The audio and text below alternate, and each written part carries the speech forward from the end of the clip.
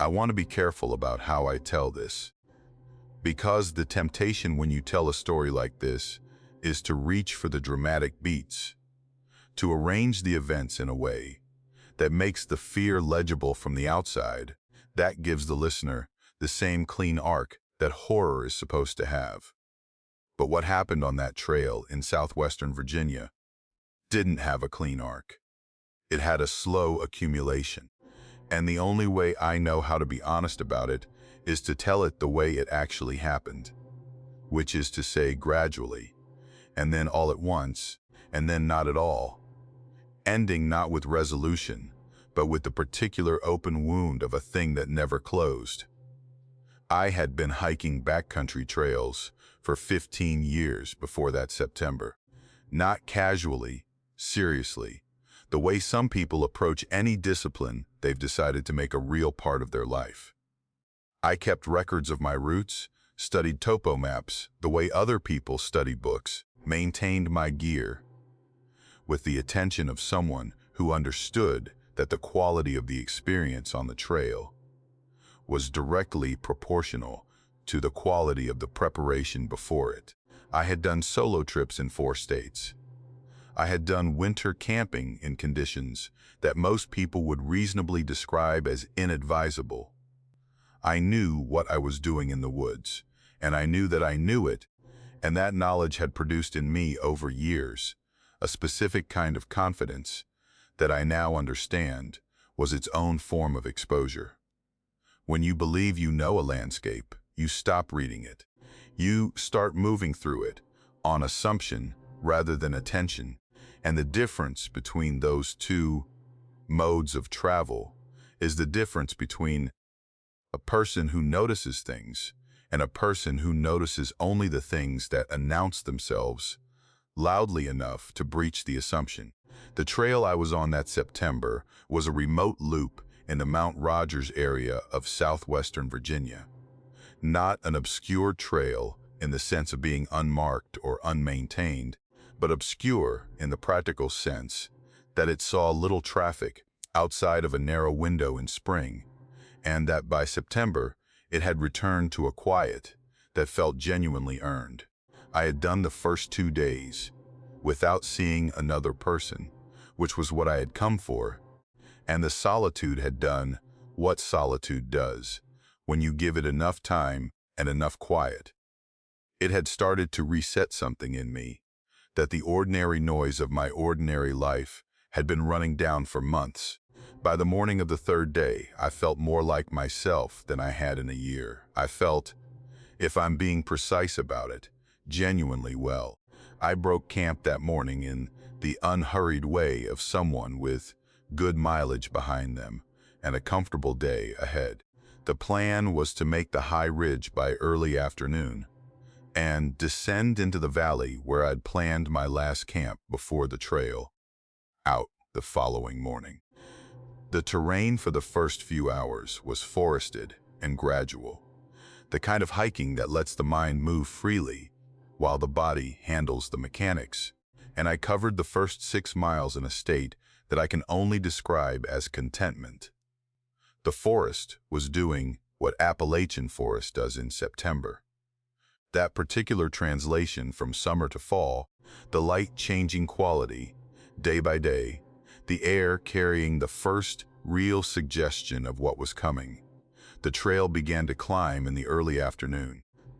The hardwoods thinned as I gained elevation, and the views opened up through the trees in the way that high elevation trails in that part of Virginia do, giving you periodic glimpses of the ridge lines above and the valleys below and the long blue distances of the mountains layering away to the south. It was during one of those glimpses, through a gap in the canopy on the uphill side of the trail, that I first saw the figure on the ridgeline. My initial registration was so mundane that I almost didn't stop walking. A person, upright, at the crest of the ridge above me, the silhouette reading as human, in the immediate reflexive way that the human visual system identifies other humans, pulling the shape out of the background with the automatic priority we give to our own species. I stopped because the stillness was what registered second, a beat after the initial recognition, in the way that wrongness often arrives, not as its own alarm, but as a quality of something that initially seemed ordinary. A hiker at a high point rests, moves, adjusts their pack, does the dozen small things that a person does when they are standing and alive, and in their own body. This figure was doing none of those things. It was standing at the crest of the ridge, with the absolute stillness of something that has been there for a long time, and intends to remain. I stopped and looked up at it, for what I estimate was 30 seconds. The distance between us was significant. 300 yards at minimum, possibly more, the kind of distance at which detail resolves into impression. The impression was of a figure that was tall, or seemed tall against the sky, and that was oriented toward me with the directness of something that has decided where to put its attention and has not been moved from that decision. I told myself what you tell yourself. Another hiker, someone resting at the high point, looking at the view, happening to be oriented in my direction by the coincidence of where I was on the trail below. I started walking again. 20 minutes later, the trail made a long switchback that brought me to a position where I had a clear sight line back to the same ridgeline. I looked up, the way you look when you told yourself you were going to stop looking, and find that you haven't been able to keep that agreement with yourself. The figure was in the same position, same point on the ridgeline, same orientation. In 20 minutes of my moving along the trail below, covering distance, changing my position relative to the ridge, it had not moved, had not adjusted, had not done the natural thing that a person watching movement below them does, which is to turn or shift to track the movement. It was standing where it had been standing, oriented where it had been oriented, and the geometry of where I now stood on the switchback meant that its orientation, which had not changed, was now pointing directly at me, not at where I had been, at where I was. I kept walking. I am aware of how that sounds. I kept walking, but I want to be honest about the internal process, which was not bravery, and was not denial, but was something more like the mind's insistence on the most available explanation. Until that explanation becomes untenable, I kept walking, because I was a person who had been in these woods for 15 years, and who had a camp to make before dark, and who was not going to be undone by a distant silhouette that had a dozen innocent explanations still available to it, even if those explanations had started to feel like they were doing more work than they should have to do. I reached the high point of the trail an hour later, a rocky overlook that gave a 360-degree view of the surrounding ridges and valleys. I stopped there and ate and drank water, and did what I had been not quite doing for the last hour, which was look systematically at the ridgeline where the figure had been. From the overlook, I had the angle and the elevation to see the entire crest clearly. There was nothing there. The ridgeline was empty, the rocky spine of it visible against the sky, with the clean definition of a high place in clear afternoon light. And whatever had been standing on it was no longer standing on it. I told myself this resolved things. I ate the rest of my food and shouldered my pack and started the descent toward my camp in the valley below. I heard it an hour into the descent, not a sound that announced itself, not a branch breaking, not a footstep on rock, but a quality of the forest that changed in a way I registered before I could specify what had changed. The birds. The bird sound that had been continuous background to my entire day, the white noise of a living forest in September, had gone quiet in a band of forest to my left and above me on the slope. Not everywhere, only in a moving section, a zone of quiet that was tracking parallel to my position on the trail, uphill and perhaps 60 yards into the trees. I stopped walking. The quiet zone stopped with me. I stood still for a full minute, long enough that the birds around me resumed their ordinary business, long enough that the forest reestablished its ambient sound in every direction, except that one band uphill to my left, which remained quiet in the particular way of a place where something is standing still and everything around it knows it. I started walking again. The zone moved with me. I covered the last 2 miles to my campsite in a state that I am going to describe as controlled, because controlled is what it was. Not calm, not unaffected, but managed in the way that 15 years of backcountry experience gives you the ability to manage a fear response when shutting it down entirely is not an option, and falling into it is also not an option. I set up my tent with the efficiency of someone who has done it hundreds of times. I boiled water. I made food. I sat with my back against a large rock that gave me a clear sightline into the trees uphill from the camp, and I watched the forest while the light went. And the cart beside my camp talked to itself in the way creeks do, indifferent to everything happening on the bank above it. I did not hear anything else that night. I want to be clear about that. The rest of the night was quiet in the ordinary way of a backcountry camp at elevation. In September, the sounds settling into the familiar grammar of wind and water, and the small movements of nocturnal things that belonged to the dark in ways I understood. I slept in short intervals, waking every hour or so, and lying still for a few minutes before the ordinary quiet of the forest allowed me back under. By morning, I had assembled enough sleep to function and enough ordinary night sounds to have almost talked myself back into the available explanations. I hiked the trail out the next morning in 5 hours without stopping. At the trailhead, I sat in my truck for a long time before I started the engine. I looked at the tree line where the trail disappeared into the forest, and I thought about what I had and had not seen, what I had and had not heard, and I tried to do the honest accounting that I owed myself about what the sum of those things added up to. A figure on a ridgeline that didn't move for 20 minutes. A zone of silence in the forest that kept pace with me on the descent. Nothing I could name, nothing I could point to, nothing that would hold up as evidence of anything specific if I tried to report it to anyone. Just a quality of that day on that trail that told me, in the way that 15 years of paying attention to wild places eventually teaches you to read the information those places are offering, that I had been watched. Not glimpsed, not stumbled upon.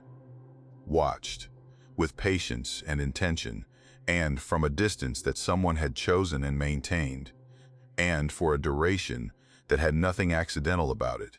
I have not gone back to that section of trail. I've thought about it.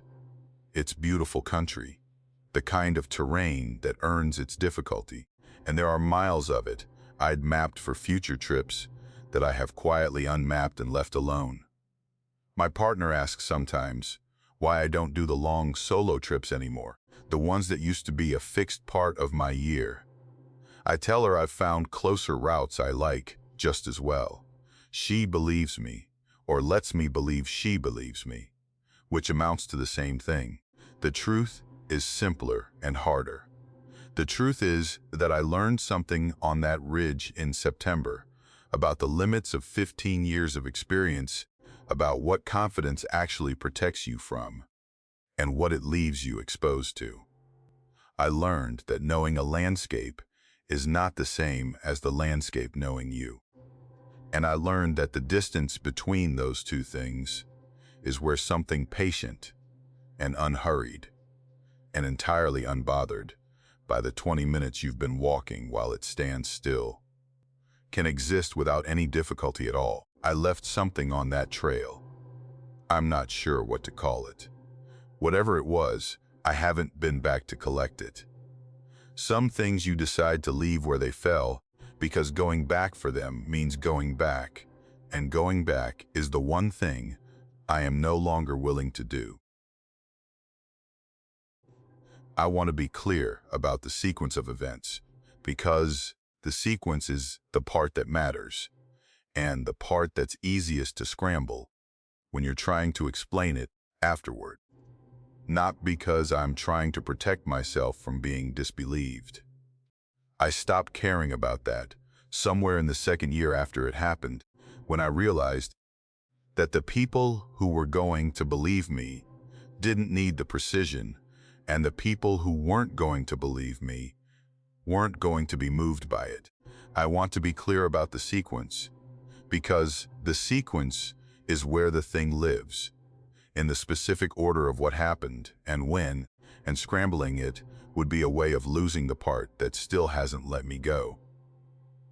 I had been planning the Cherokee trip for most of that summer.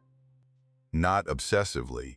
I had other things going on, a job that was demanding more than it used to, a relationship that was in the process of becoming something different from what it had started as, the usual accumulation of circumstances that makes a person look at a trail map and feel the specific pull of somewhere that none of those circumstances can follow. I'd done sections of the Cherokee before.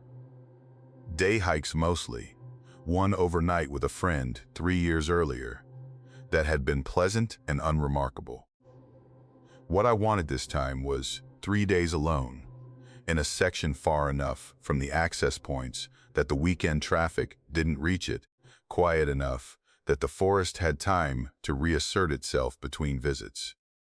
The ranger at the trailhead, when I signed in on a Wednesday morning in early October, confirmed that I'd chosen well. He said the section I was headed into had seen maybe a dozen permits in the past month. He said I'd probably have it to myself. He said it the way rangers say things like that, as a positive feature of the destination, a selling point, the wilderness version of a private beach. I thanked him and drove to the trailhead and shouldered my pack and walked in. The first day was everything I'd needed it to be. The trail followed a creek drainage for the first 4 miles before climbing to a low ridge, and then descending again into a narrow valley where the creek reappeared. Wider now, running clear and cold over a bed of smooth stones the color of old bone. The hardwoods were just beginning to turn, the canopy at the threshold of that brief window, when the green has given way, but the color hasn't fully committed, the forest holding itself in a kind of suspension that I've always found more affecting than the peak of fall color itself. There's something about a thing that hasn't finished becoming what it's going to be that catches me in a way that the completed version doesn't. I covered 12 miles without pushing and found the flat area beside the creek that I'd identified on the map as my first camp. The ranger had been right. The site showed no sign of recent use. The fire ring was cold and clean, the surrounding ground uncompacted, the kind of camp that has been left to itself long enough to recover its own indifference to human presence.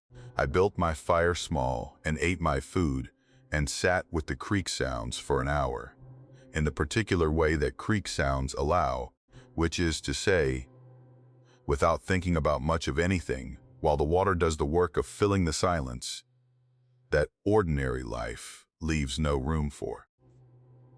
By 9 o'clock, the temperature had dropped enough that the sleeping bag made its argument clearly, and I banked the fire and let it die, and zipped into the tent and was asleep within 20 minutes. The smell reached me before I was fully conscious of being awake. That is the first thing in the sequence, and I want to be precise about it. The smell came first, before I had opened my eyes or registered where I was, or done any of the other orienting work that consciousness requires when it's been interrupted in the middle of the night. Wood smoke. Not the residual ghost of my own fire, the cold mineral smell of ash that a dead fire leaves in the air around a camp. This was active smoke, fresh smoke, the smell of combustion happening right now, the particular quality of burning wood that you can only get from a fire that is alive. My brain processed it the way the brain processes smell in the half-second before full waking, as information, as data requiring a response, and I came the rest of the way awake, with the immediate physical alertness of someone whose body has understood something before their mind has caught up. I lay still for a moment. I looked at the tent fabric above me and listened to the creak and tried to locate other sounds. Anything that would give me a frame for the smell before I opened the tent and looked. There was nothing. The creak, the very faint movement of air through the canopy. No voices, no footsteps, no sounds of equipment or habitation. Just the creak and the dark and the smell of something burning 40 yards away from where I was lying. I unzipped the tent slowly, which I recognize as an instinct whose practical value is questionable. Whatever was across the creek was not going to have its awareness of me altered by the speed at which I opened my tent, but which I performed anyway because the body has its own logic in those moments, and arguing with it takes more presence of mind than I had available. I pushed the rain fly aside and looked out. The fire was small and controlled, built in the tree line on the opposite bank of the creek, set back from the water's edge by maybe 10 or 15 feet into the trees. Not a campfire in the social sense, no ring of stones, no setup of chairs or gear around it, nothing that suggested the fire was the center of an encampment. It was the size and shape of a fire, built by someone who understood fire, who knew exactly how much combustion they needed, and had built precisely that and no more. The kind of fire that gives off light and warmth without excess, without the crackling drama of a fire, built for its own sake, a functional fire, built with knowledge for a specific and private purpose. The figure was sitting beside it, not beside it in the way you sit beside a campfire, not oriented toward it, not using it for warmth or light in any normal way. Sitting with their back to the water, which meant their back to me, facing the darkness on the far side of their own camp, watching the dark on the inland side, rather than the fire and the creek on the water side. The posture was upright, not the relaxed posture of someone resting after a day on the trail, but the particular uprightness of someone who is awake and paying attention to something. I could not determine gender or age at that distance, and in that light, I could determine that the figure was adult-sized and that it was sitting with a stillness that felt less like rest and more like vigil. I watched for what I believe was 15 minutes. The figure did not move, did not add wood to the fire, which should have needed feeding to maintain its size over any significant period of time, did not shift position, did not turn toward the water, did not make any sound that crossed the 40 yards of creek between us to reach me. The fire maintained itself with the consistency of something being actively tended, but the figure tending it made no visible motion. It sat and it faced the dark, and it waited out the night in a manner that I could not fit into any framework of ordinary backcountry behavior. I stayed in the tent doorway until my hands went cold. I was making the calculation that you make in those situations, the one that runs through your options and tries to arrive at the one that involves the least exposure. Crossing the creek and approaching the fire was not an option I seriously considered. Not because I was afraid, or not only because I was afraid, but because something in the quality of what I was looking at communicated, with a clarity that bypassed conscious processing, that crossing the creek was not something I was supposed to do. that the creek was a boundary, and the figure on the far side of it was on their side of it, and I was on mine. And the arrangement was deliberate. I zipped the tent closed and lay back in my sleeping bag and stared at the tent fabric and did not sleep. At some point in the early morning hours, the smell of smoke faded. I registered its absence, the way you register the stopping of a sound you've been hearing, so long it stopped being noticeable. Suddenly, completely, in a way that made the air feel different. I unzipped the tent and looked out. The far bank was dark. No fire, no figure, no light of any kind in the tree line across the creek. The first gray of pre-dawn was in the sky above the valley. The creek was doing what the creek had been doing, all night, indifferent and continuous. I crossed at a shallow point downstream and made my way through the trees to where the fire had been. The ground was cold and damp, with dew, the forest floor covered in the leaf litter of early October. I found the place where the fire had been, a small area of disturbed earth, a few larger stones arranged in a rough circle, the soil at the center dark with heat residue. I crouched and held my palm over the center, cold, not the residual warmth of a fire that had been allowed to burn down and die, cold, the same temperature as the surrounding ground. Either the fire had been out for long enough that all the heat had gone, which required more hours than I had available in my timeline, or it had been extinguished deliberately and completely, smothered rather than simply abandoned. I looked at the ground around the fire site for footprints. The leaf litter made clean prints impossible, but I found compressions, the irregular impressions of weight, applied to the forest floor in a pattern that told me someone had been there, and that they had, at some point, moved away from the fire toward the deeper trees. The compressions went in one direction only. There was no return path that I could identify. Whatever had been sitting at that fire had not come back to it.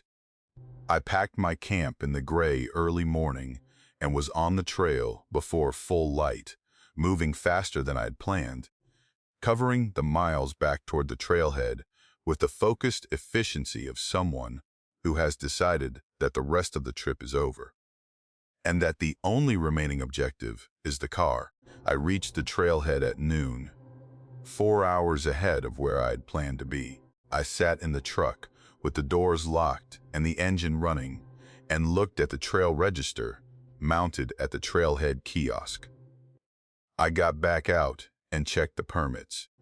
I was the only registered permit holder for that section of trail that week. The only name in the log was mine. I have thought about this many times in the years since, about who builds a fire in the middle of the night in an unoccupied section of national forest and sits with their back to the water and faces the dark for hours without moving or making a sound, about the cold ground where the fire had been, cold in a way that the math didn't support, about the compressions in the leaf litter that went in one direction and did not come back. I don't have an answer. I've offered myself the available explanations. An unregistered camper, someone living rough in the forest, someone with reasons of their own for being on that land without a permit. Each explanation covers part of what I saw and fails to cover the rest. The fire that left cold ground. The figure that didn't move for 15 minutes and then was simply gone. The single-direction trail of compressions leading into the deeper forest. The Cherokee is a large forest, and I have no reason to think that what was across that creek from me that night was anything other than a person making choices I didn't understand for reasons I didn't have access to. I hold that possibility open the way I was asked to hold it open, because intellectual honesty requires it. But I haven't gone back. And the smell of wood smoke at night, that specific quality of active combustion in the dark, still does something to me that I haven't been able to talk myself out of. in all the time since. It reaches me the way it reached me that night, before I'm fully awake, before the conscious mind has assembled its defenses.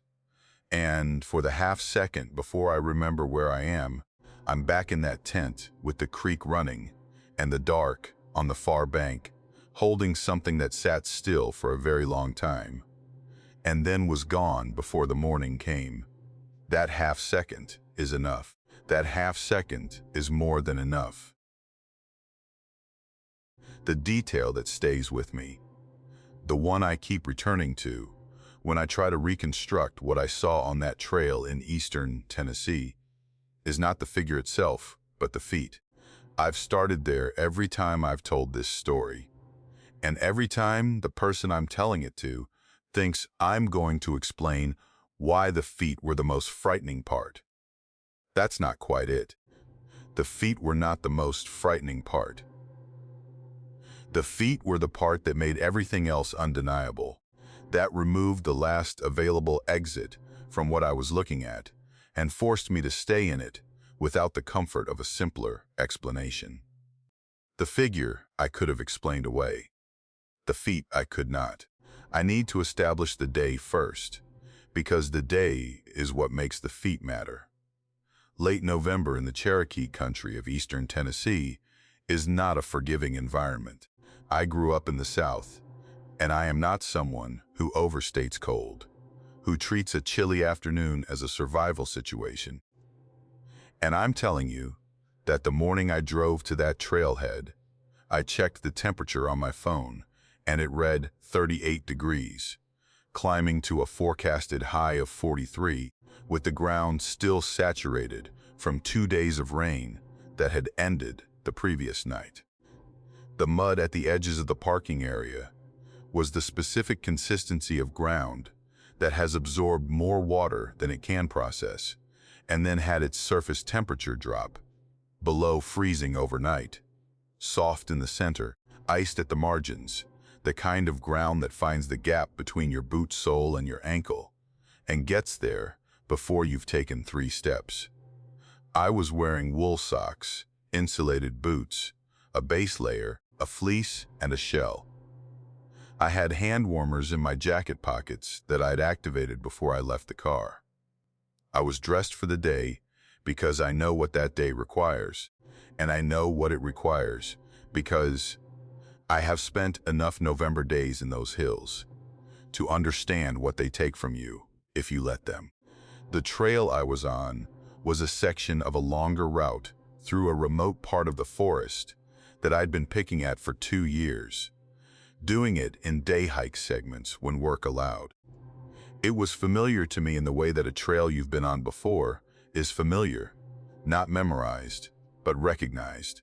The way you recognize the face of someone you've met a few times without being able to call up their name on demand. The first 3 miles from the trailhead were the section I knew best, the terrain rolling and wooded, the trail well-defined if not well-traveled, following a creek drainage before climbing to a low ridge, where the views opened briefly before descending again into the hollow below. I had done those 3 miles a dozen times. I had never seen another person on them. I set out at 8 in the morning with enough food and water for a full day, and a turnaround point planned at mile 7, where the trail met a forest road that would let me loop back to the car. The cold was the functional kind, the kind that sharpens attention rather than dulling it, and the forest in late November had that quality it has when the leaf fall is complete and the canopy is fully bare, a transparency, an openness, the light reaching the forest floor in a way it can't manage for 8 months of the year, every trunk and branch visible against a sky the color of old pewter. I've always found bare canopy forest less oppressive than the summer version, despite its reputation. You can see what's around you. There is, paradoxically, less to be afraid of in a forest that hides nothing. The trail curved through a long bend in the 3rd mile, a sweeping left turn that followed the contour of the hillside, maybe 200 yards of trail that you couldn't see end to end. I came around the outside of that bend at my normal pace, and he was standing in the center of the trail 30 yards ahead of me. My first processed thought, arriving in the fraction of a second after raw perception, was that he was injured. The combination of factors that reached me simultaneously. Wrong clothing for the conditions, wrong posture for a normal trail encounter, wrong everything, assembled themselves initially into the most charitable explanation available, which was that something had gone wrong, and this person needed help. The light shirt, dark pants, nothing that belonged in a 43-degree November forest. That was what I saw first, before the feet, because the clothing was the thing at eye level, and the feet were at the bottom of the frame, and the brain works from the center outward when it's trying to make sense of something. Injured hiker, lost hiker, hypothermia beginning, the kind of scenario that trail guides and wilderness first aid courses prepare you for. Then I saw the feet. He was barefoot. I want to be precise about what that means in the context of that trail on that morning. Not wearing minimal footwear, not wearing sandals, not wearing the thin rubber water shoes that people sometimes inexplicably bring to outdoor environments. Barefoot, bare skin on the trail surface, which in that section of trail meant bare skin on a combination of wet-packed dirt, exposed root systems, and the irregular stones that worked their way to the surface on steeper sections. The mud at the trail's edges had a skim of ice on it, in the places where the canopy had been thick enough to hold the cold and keep the morning sun from reaching. He was standing in the center of the trail on that surface, with the easy, weight-distributed stance of someone who was not cold and was not in pain, and had not noticed, or had decided, that the ground beneath his feet was 38 degrees. I stopped walking. I stopped with the abruptness of someone whose body has made a decision, before the mind has finished deliberating, the full stop of a person whose animal self has overridden the part of them that was still composing the question of what they were looking at. He was facing away from me, which meant I had a clear view of the back of him. The light shirt, the dark pants, the bare feet, and a clear view of what he was looking at, which was the tree line on the left side of the trail, the downhill side, where the slope dropped away through a dense stand of young hemlocks into the hollow below. He was looking at something in those trees, or he was looking at the trees themselves, and his posture, not the slack posture of someone resting, but the active posture of someone paying close attention, suggested that whatever he was looking at had his complete focus. I stood still. I am a person who makes noise on the trail, who has been told by trail companions that I am audible from a significant distance, who wears boots that are not quiet on any surface. My stopping 10 yards into that long bend should have been audible to anyone with normal human senses. He gave no indication that he heard me, did not shift his weight, did not turn his head, did not do any of the small things that a person does when they become aware of another presence behind them on a narrow trail. He remained exactly as I had found him, oriented toward the hemlocks, unhurried and unaware, or unhurried and indifferent, and I could not determine which from where I was standing. I stood there for what I estimate was 90 seconds, though the quality of those 90 seconds made them difficult to measure with any precision. I was performing an assessment of the distance between us, of the terrain on either side of the trail, of what I knew about the trailhead and the parking area, and whether I had seen any other vehicles when I'd arrived. I had not. The lot had been empty except for my car. Whatever this person's presence on this trail meant, it did not mean they had driven to the trailhead and walked in the way I had. The nearest road in the direction he was facing, through those hemlocks and down into the hollow, was several miles of rough terrain away. The nearest structure of any kind in that direction was a hunting cabin that I'd seen marked on the topo map, unoccupied out of season. 3 miles as the crow flies through country that was not easy walking even in good boots. I took a step backward, slowly, with the deliberate care of someone trying to undo their presence in a place, to unmake the footsteps that had brought them to where they were standing. The leaf litter on the trail edge was wet and soft, and my boot came down on it, without the sound it would have made in dry conditions. I took another step, and then he moved. Not quickly. That is the part I need to be precise about. Because quick would have been interpretable, would have fit into a framework of reaction, and startlement would have given me a framework that included normal human reflexes. He moved with the unhurried deliberateness of someone who had decided they were done standing, where they were standing, and who knew with complete confidence where they were going next. He stepped off the left side of the trail and into the hemlocks, and the downhill slope took him out of my sightline. Within 4 or 5 steps, and he was gone. No sound of branches, no sound of footsteps on the wet leaves of the slope, no sound of anything moving through the dense stand of young hemlocks that should have registered his passage with every step. Just the absence of him, where a moment before there had been his presence. And the hemlocks beyond the trail edge sitting as still as they had been sitting before he entered them. I stood at the bend for a long time. Long enough for the cold to work through my shell and find the fleece beneath it. Long enough for the creak sounds from the hollow below to reassert themselves as the dominant sound in the forest, now that the particular quality of listening I'd been doing for the last several minutes had stopped being necessary.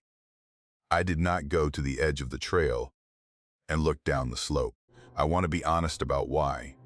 Not because I was afraid of what I would see, though I was, but because I had understood while watching him move off the trail that he had not been startled and had not been fleeing and had not been responding to my presence in any way that suggested my presence had surprised him.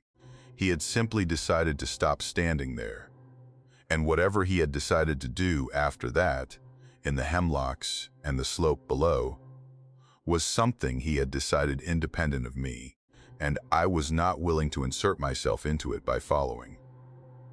I turned around and walked back the way I'd come.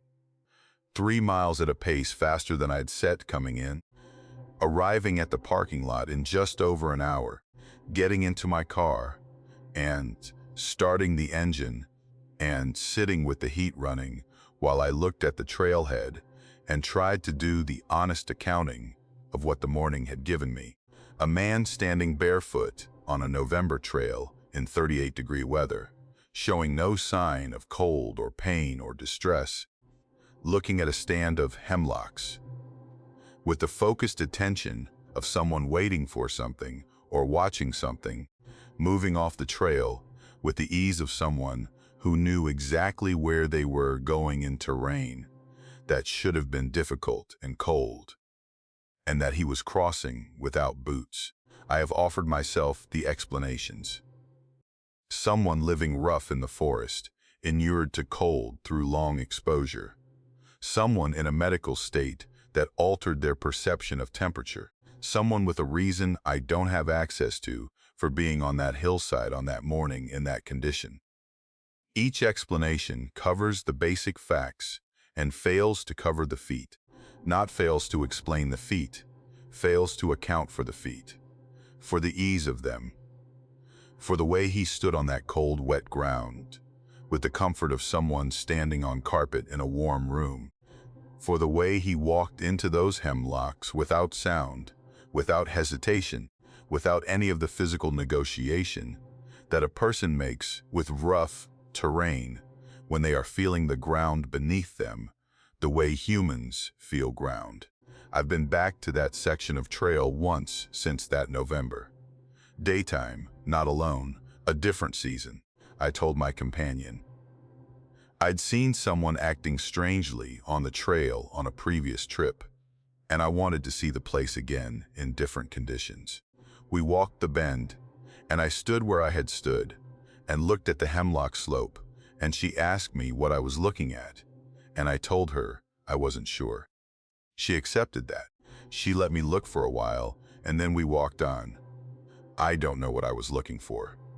Evidence, maybe, some mark on the hemlocks, some trace of passage on the slope that would give the morning a physical record, something that would confirm that what I had seen was a thing that had happened in the actual world, and not a thing my mind had assembled from the cold and the quiet and the bare canopy forest, and the particular suggestibility of a person alone on a trail with no one else for miles. There was nothing on the slope that I could point to. There was nothing in the hemlocks. There was the slope and the trees and the hollow below, and the cold creek at the bottom of it, and the gray November sky above it, the same sky that had been there when I'd stood in this spot the first time, watching a man in a light shirt stand barefoot in the mud and then walk into the trees without sound. That's all there was. That's all there is. The feet on the cold ground, and the ease of them, and the hemlock branches that didn't move when he passed through them. I have not found an explanation that accounts for all three at once. I have looked for 2 years, and I have not found it. I don't go back to that trail anymore. There are other trails. There are trails where I have never stood at a bend and found someone standing barefoot in November mud, looking at something in the trees that I could not see and that may not have required eyes like mine to find. I hike those trails now. I hike them carefully, and I make noise, and I watch the tree lines. And every November, when the temperature drops and the mud ices at the margins and the canopy goes bare and the forest opens itself up to that cold gray light, I think about the feet, the bare skin on the cold ground, the ease of it, the complete and absolute ease of it. That's the part I can't put down. I've tried. I keep trying. It stays where it landed, right at the center of things, and it doesn't move. I've tried to explain what made the second night different from the first, and I've failed every time I've tried, because the difference was not in the facts of the 2 nights, but in the quality of them. A tonal shift, a change in register that I can describe, but cannot fully transfer to another person, without them having been there, without them having lain in the same sleeping bag, and listened to the same forest, and felt the specific moment when the category they had assigned to what they were hearing stopped holding the weight they were asking it to hold. Let me back up. The Nantahala is not a forest that intimidates me.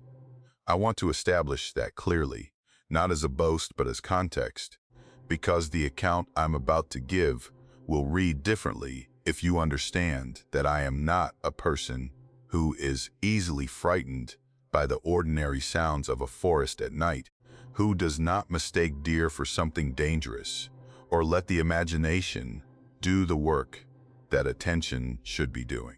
I have camped in the Nantahala more times than I can accurately count over 15 years of regular backcountry use.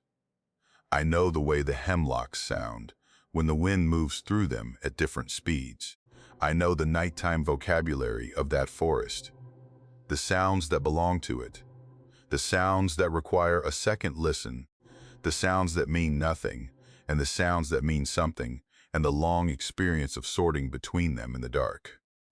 I am not a nervous camper. I am, if anything, the opposite problem. The person who sleeps through things that should wake them, who extends the benefit of the doubt past the point where the doubt has stopped deserving it, What happened on that second night was not a failure of nerve. That's what I need you to understand before I tell you the rest of it. I had planned the trip for late September, a 4-day loop through a section of the forest that I'd last done 3 years earlier and wanted to revisit. The first day was uneventful in the best sense. Good trail, good weather, the forest in that particular early autumn state, where the nights have gone cool, but the days still hold enough warmth to remind you of what you're leaving behind. I made good miles and found the gap I'd identified on the map as my first camp, a natural clearing at a high point in the terrain with the forest falling away on 3 sides and a long view to the south through the bare upper canopy where the elevation had already stripped the leaves. I set up camp and made dinner and went to bed. As the temperature dropped into the low 50s, the sleeping bag earning its keep immediately. The first sounds started around 11. Movement in the trees, on the downhill side of the camp, the sound of something large enough to displace branches and ground cover, irregular and continuous, the textbook sound of a large mammal moving through the forest in the dark. Bear, most likely, possibly deer. I lay still and listened and tracked the sound as it moved through the trees below my camp and continued on down the slope and faded into the distance. I noted it the way I note things that require noting and filed it in the correct category and went back to sleep. Wildlife. The Nantahala has wildlife. This was not news. The second night, I was camped 2 miles further along the loop, in a lower site beside a small tributary creek, the terrain more enclosed than the gap. Trees on all sides, the canopy thicker, the sense of the forest pressing closer in the way that low-elevation hemlock forest does, the branches coming down to within 6 feet of the ground, and creating a kind of interior space within the woods that feels separate from the trail world above it.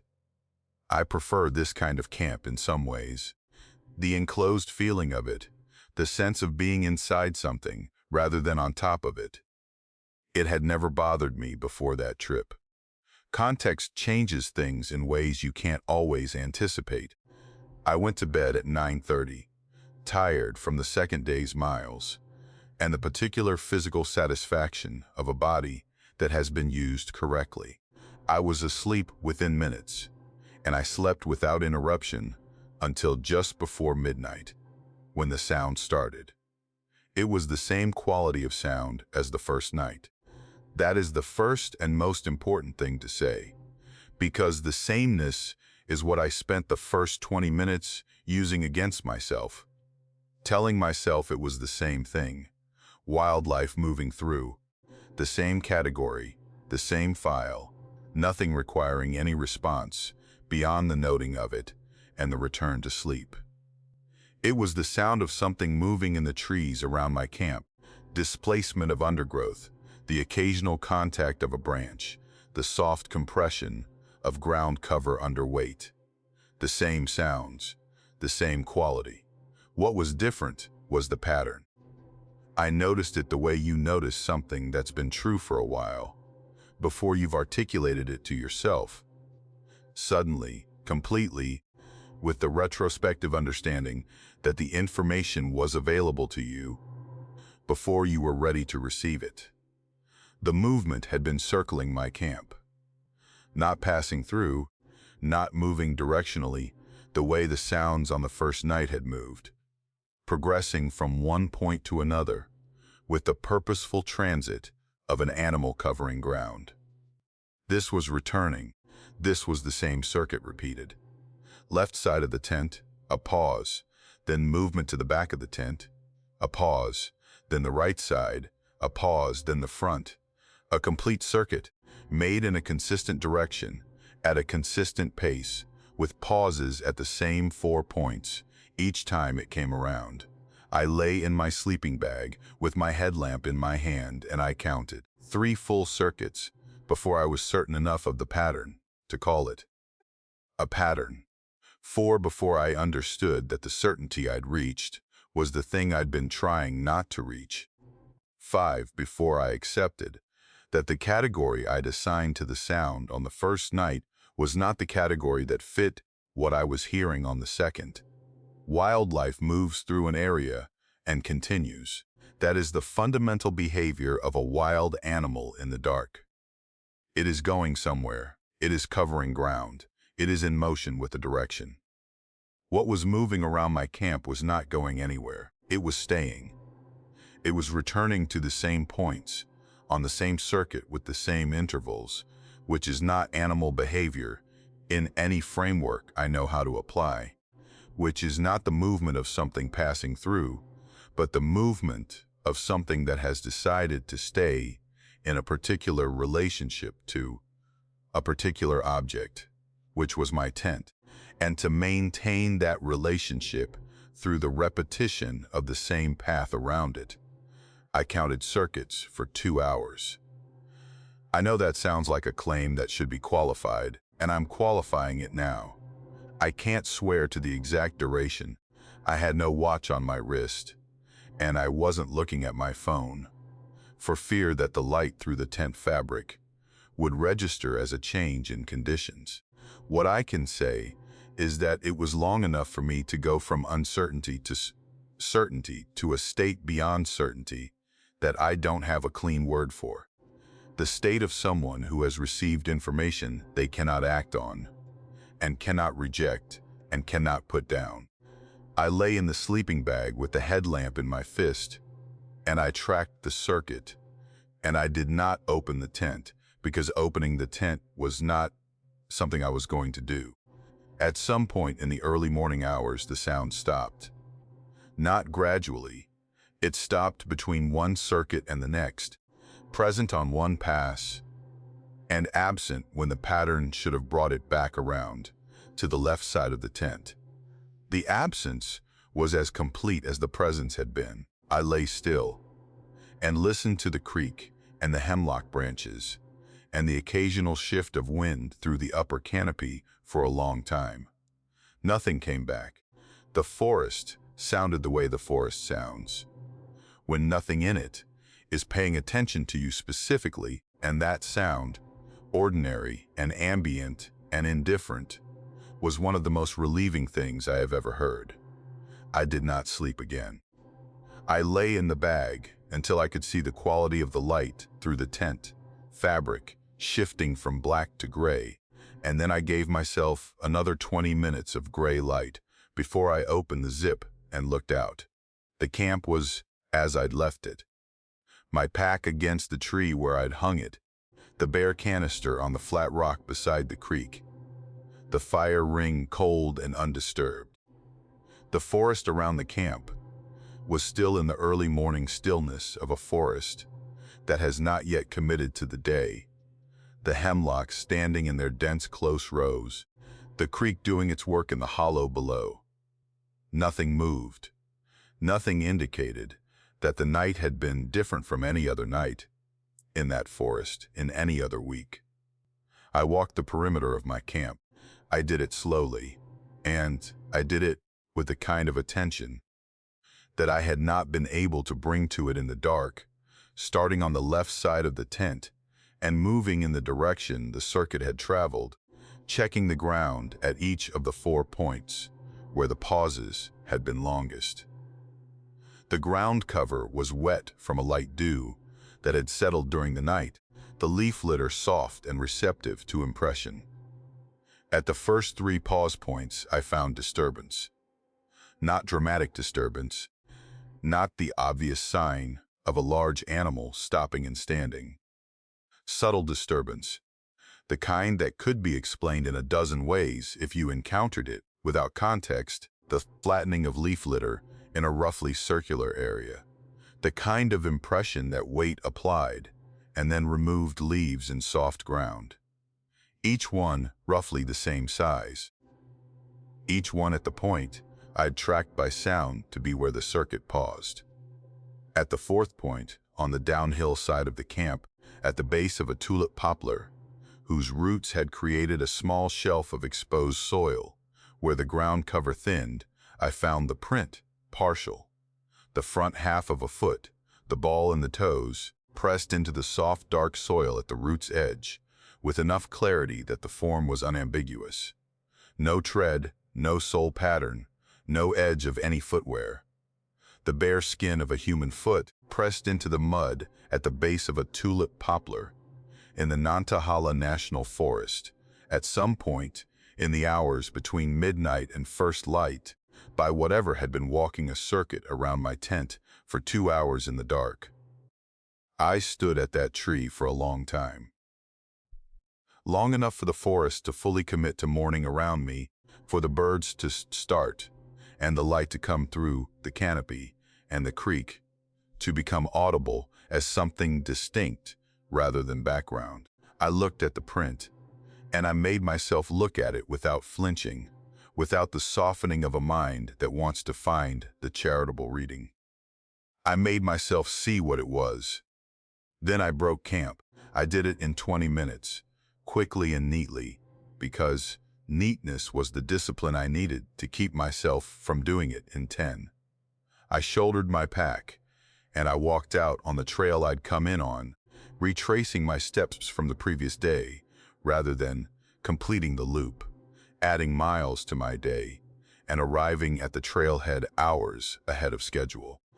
I drove out of the forest and stopped at the first gas station I reached, and sat in the parking lot and called my wife and talked to her about nothing in particular until the sound of her voice had done enough work that I could drive the rest of the way home without my hands shaking on the wheel.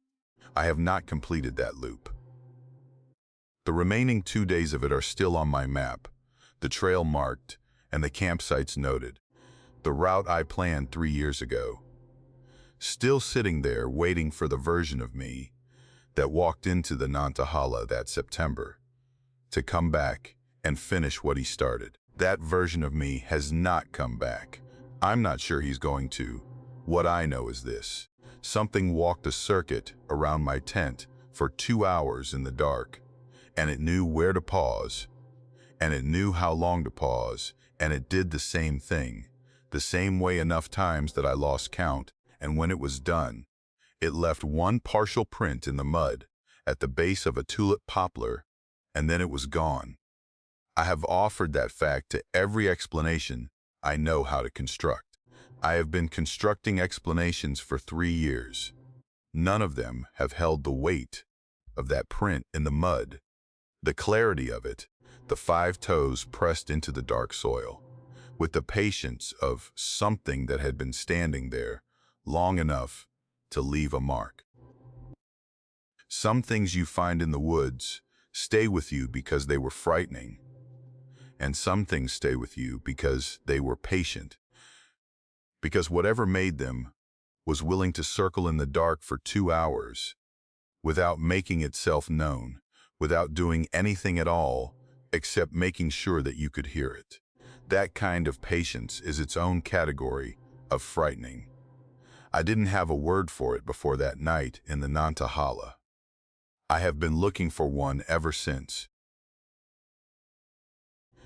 Most of the accounts I've read about disturbing trail encounters happen deep in the backcountry. That's where the genre lives, in the remote places, the 4 miles from the trailhead places, the places where the distance from help is itself a character in the story, where the isolation does half the work of the fear before anything even happens. I've read enough of those accounts to know the shape of them, the way the dread builds in proportion to the miles between the narrator and the nearest road. I understood that shape intuitively before that trip to the Pisgah. What I didn't understand, and what I've spent the time since trying to fully process, is that proximity doesn't protect you from anything, that the parking lot at the end of a trail is not the safe zone I had always unconsciously treated it as, that the transition from wilderness to pavement is not the moment the story ends. For me, it was the moment the story started.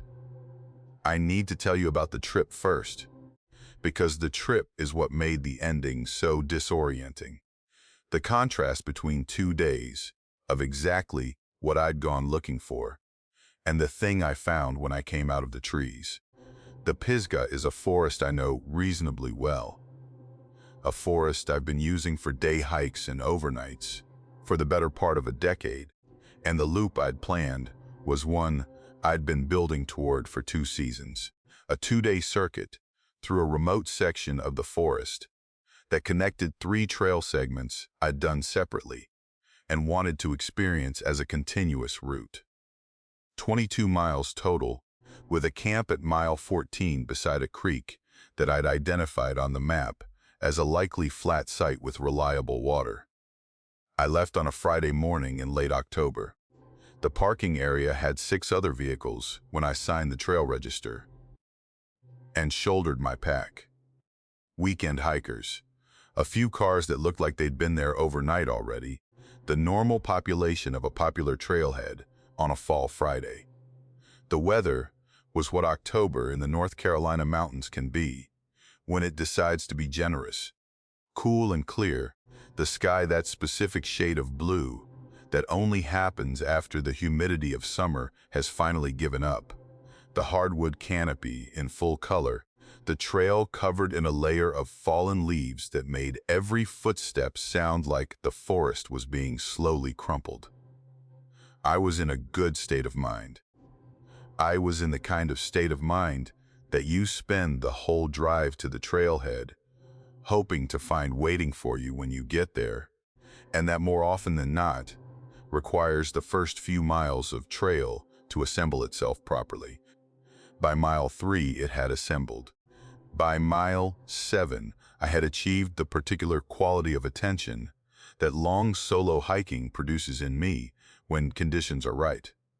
A state that isn't quite meditation and isn't quite hyper-awareness, but contains elements of both, a state in which the forest is fully present and I am fully present in it, and the usual noise of my ordinary life has fallen far enough behind that I can no longer hear it. The miles went under me with the easy rhythm of a body that has been asked to do what it was designed to do and is doing it without complaint. I made the creek camp by 5 in the afternoon, set up in the good light, made my food, and slept as well as I sleep anywhere. The second day was longer and more demanding. The trail climbing through a section I hadn't done before, a ridge traverse that gave long views north and west into the layered distances of the mountains under a sky that had gone from clear to high thin cloud overnight without losing its light. I moved well and arrived at the final descent, a steep 4-mile drop back to the trailhead through second-growth forest, by 3 in the afternoon. The descent was the kind that takes your knees if you let it. And I didn't let it, taking my time, using my poles, arriving at the bottom, with enough left in the tank that I felt satisfied rather than depleted. The particular satisfaction of a trip that went the way a trip is supposed to go. I came out of the tree line at 4:50 in the afternoon. The parking area was empty. That was the first thing I registered, and I registered it without alarm. It was Sunday afternoon in late October. The weekend hikers had gone home. The lot had emptied the way parking lots empty when the day's traffic has run through, and nothing more is coming. I registered it and moved on to the next thing, which was my truck, which was where I'd left it at the far end of the lot, backed against the tree line, in the spot I always take when it's available, because I like being able to see the lot from the driver's seat. The man was sitting on the hood. The sequence of my perception mattered, and I want to be precise about it. I saw my truck first, then I saw that someone was on it, then I saw the man. The order is important because it means there was a full second or two between the initial recognition that something was wrong with the picture and the specific understanding of what was wrong with it. He was sitting on the hood with his back partially toward me, his hands in his lap, His face turned toward the tree line at the far right of the parking area, the section of tree line to the right of where the trail emerged, not the section I'd just come out of, which was to the left. He was looking at the wrong section of tree line, not at where I'd appeared, at where I would have appeared if I'd taken the alternate trail exit, the one that came out 50 yards further along the lot's edge. He was perhaps 50.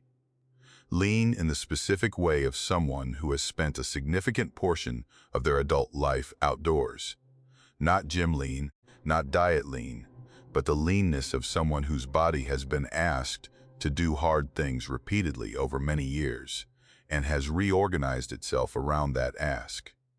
He was wearing work clothes, not hiking gear, dark canvas pants, a heavy shirt, boots that were worn in the way of boots that have covered real ground. No pack, no gear of any kind visible. He was sitting on my hood with the ease of someone who had been sitting there for a while and had made themselves comfortable in the way of someone who expected to be there longer still. I stopped walking. I stopped at the edge of the tree line, in the gap where the trail opened onto the lot, and I stood there and looked at him and ran the first fast inventory of available explanations. Someone who'd had car trouble and chosen my truck as a resting point. Possible, but there were no other vehicles in the lot, and the nearest road was a mile of forest road away. Someone who'd come up the forest road on foot. Possible, though the forest road was gated, and the gate was a mile out, and I hadn't heard a vehicle in the 2 hours of my descent. Someone who simply had a reason to be in this parking area on a Sunday evening that I didn't have access to, and who had chosen my hood as a place to sit. I was still building the explanation when he turned and looked at me. He turned without surprise. That was the first thing that didn't fit any framework of normal encounter. The turn of someone who has known for some time that you are there and has simply decided that now is the moment to acknowledge it, not startled, not performing the adjusting behavior of someone caught doing something odd, not moving to get off the hood, with the social reflex of a person who understands that sitting on a stranger's truck requires explanation. He turned and looked at me with the level expression of someone completing a transaction they had expected to complete. And he did not move from where he was sitting. I crossed the lot toward my truck because there was nothing else to do. My keys were in my pack. My truck was my way home. And the alternative to crossing the lot was standing at the tree line and shouting across 40 feet of empty asphalt, which my body declined to do before my mind had fully considered it. I stopped 10 feet from the hood, and I looked at him, and I asked him what he was doing. He said he'd been waiting to see who came out. The tone is the part I've never been able to adequately convey, because the tone was the thing that made the words take as long as they did to land. He said it in the tone of someone answering a reasonable question with a reasonable answer.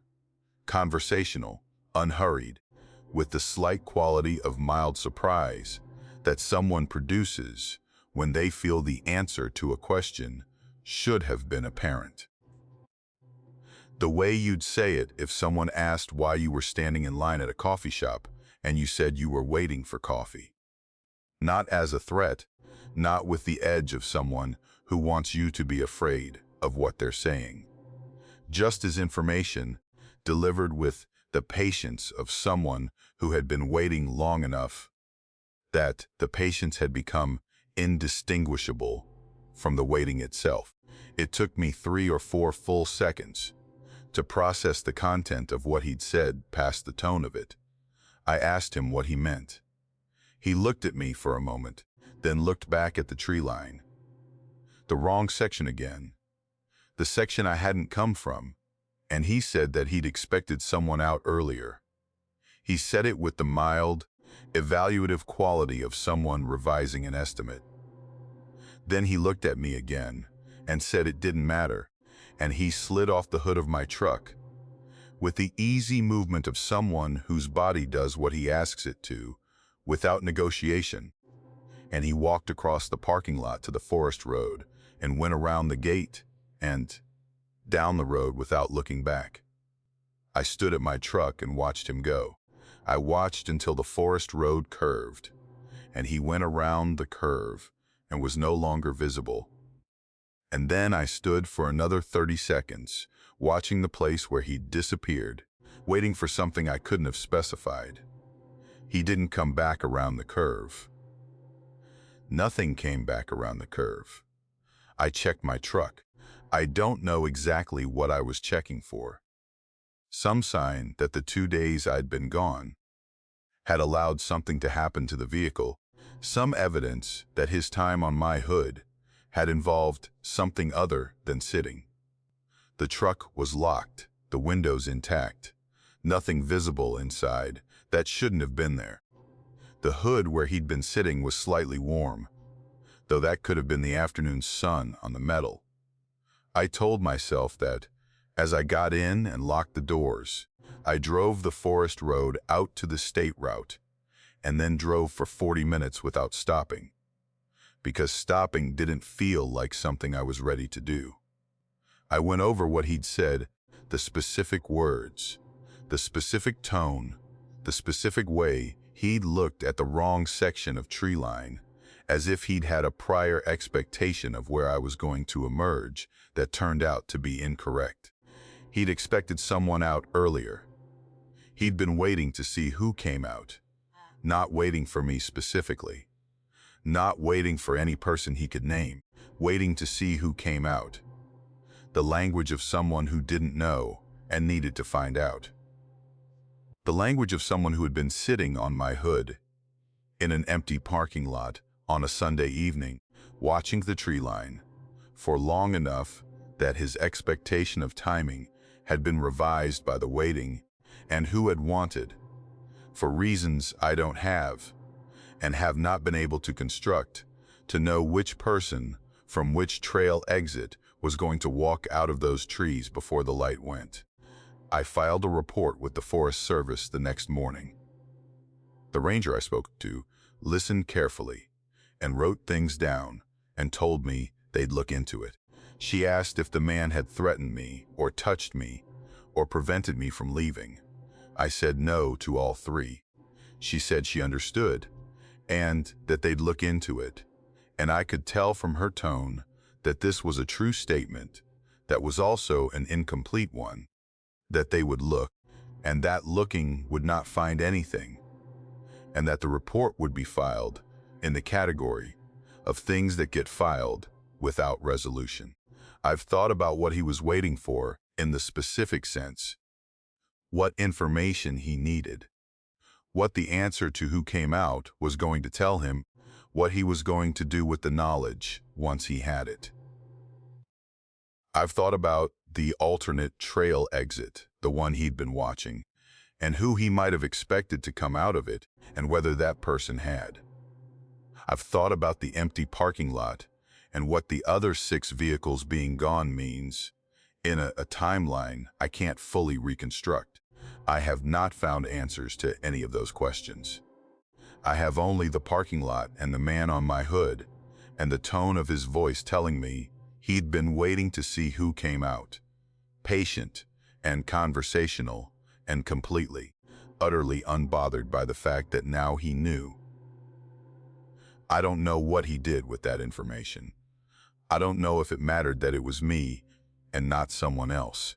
I don't know what he'd expected, and whether the discrepancy between the expectation and the reality changed anything for him, or whether he simply revised and moved on. What I know is that I drove home with my doors locked and my eyes on the rearview mirror for the first 30 miles, watching the road behind me in the gathering dark, telling myself I was being unreasonable, telling myself the man had a simple explanation I hadn't been given access to, telling myself that the parking lot was the safe part, the end part, the part where the story was over. I'm still not sure I believe that. Some endings don't feel like endings. Some parking lots, on some Sunday evenings, are just another kind of woods.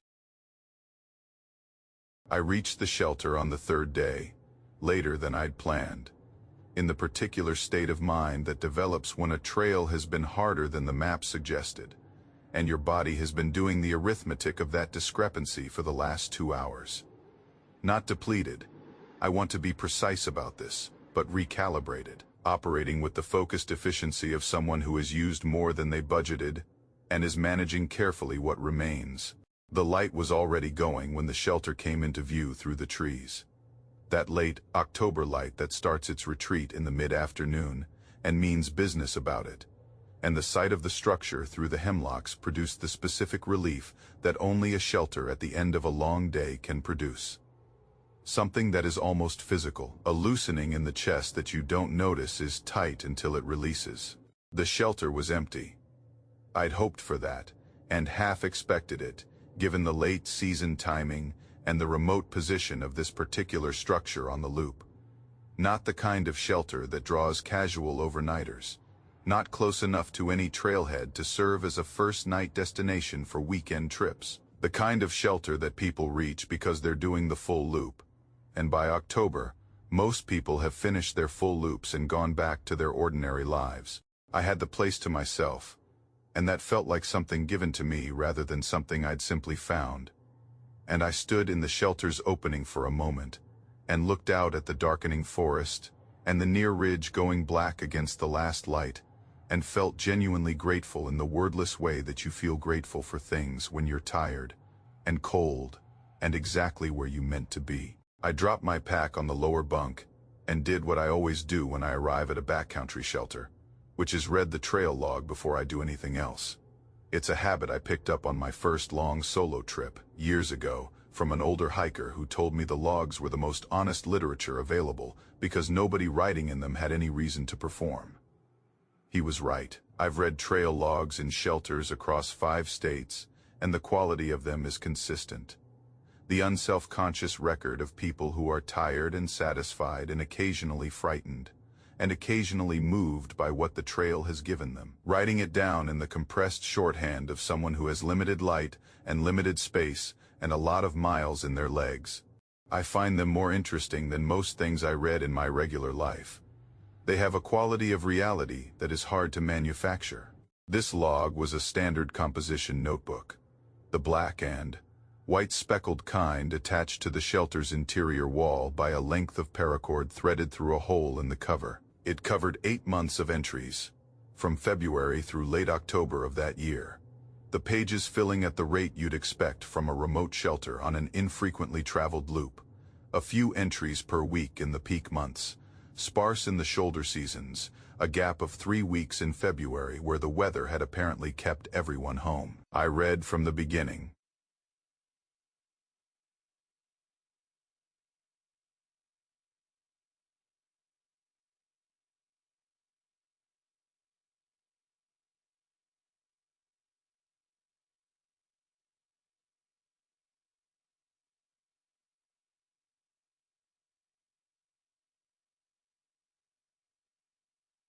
You learn which entries are responding to previous ones, which warnings have been heeded, which wildlife sightings have been confirmed by the next visitor, and which have not been repeated.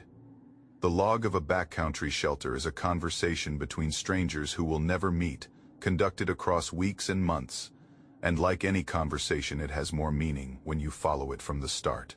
I read the February entries, and the March entries, and the April entries, which were when the traffic picked up, and the entries became more frequent and more detailed. The arrival of spring, in that section of the Smokies, recorded in the compressed language of people noticing it as they moved through it. The wildflowers coming in and the creek levels dropping, and the wildlife becoming visible again after the winter. I read through May and June and July, the entries filling with the familiar litany of summer in the southern Appalachians.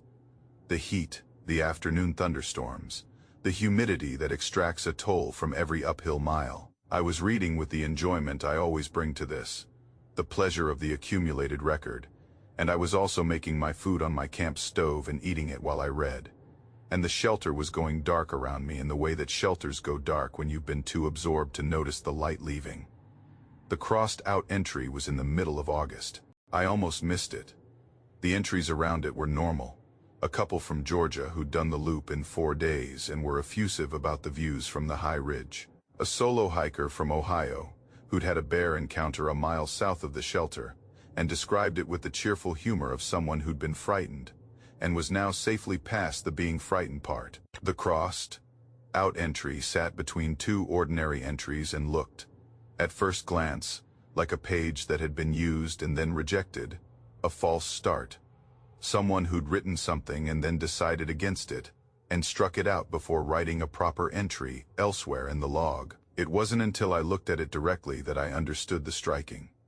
Out was not casual. Whoever had done it had gone over the entry multiple times, pressing hard enough that the pen had grooved the page, had worked back and forth across the lines with the thoroughness of someone who needed the words to be gone. Not embarrassed about what they wrote. Thoroughness.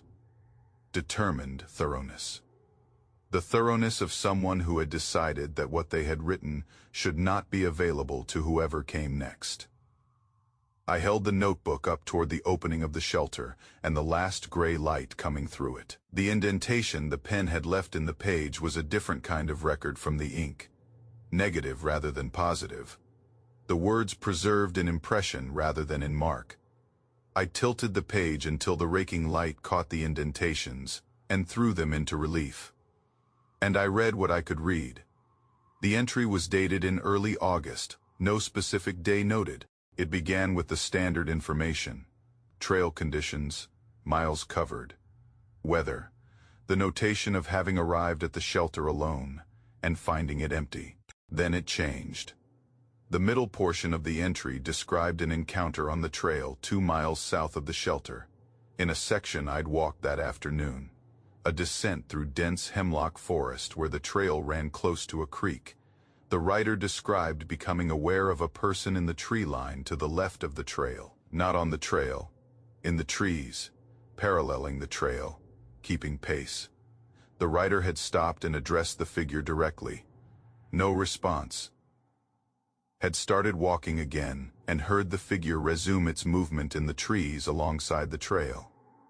This had continued, the writer said, for approximately 4 miles. 4 miles of the figure in the hemlock tree line, matching the writer's pace, neither gaining nor falling back, not responding to being addressed, not emerging onto the trail, not doing anything except maintaining its position in the trees, alongside the path at a consistent distance.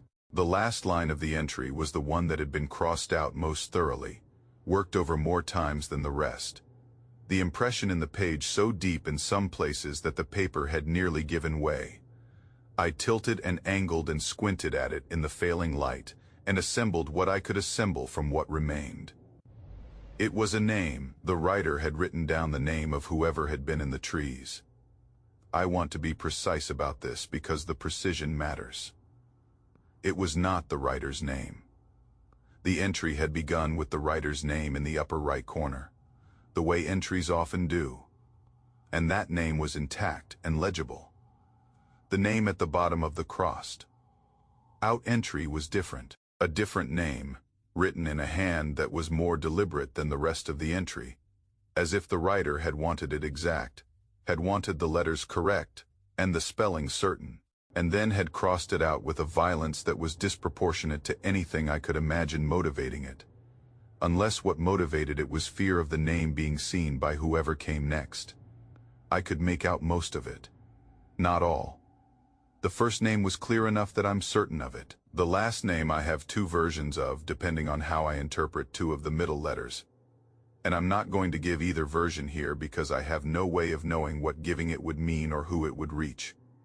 What I can tell you is that it was a complete name, first and last, written with the specificity of someone who knew it, not guessed it, not approximated it. The name of someone the writer recognized, or knew, or had recognized in the trees on the trail 2 miles south of this shelter on a day in early August.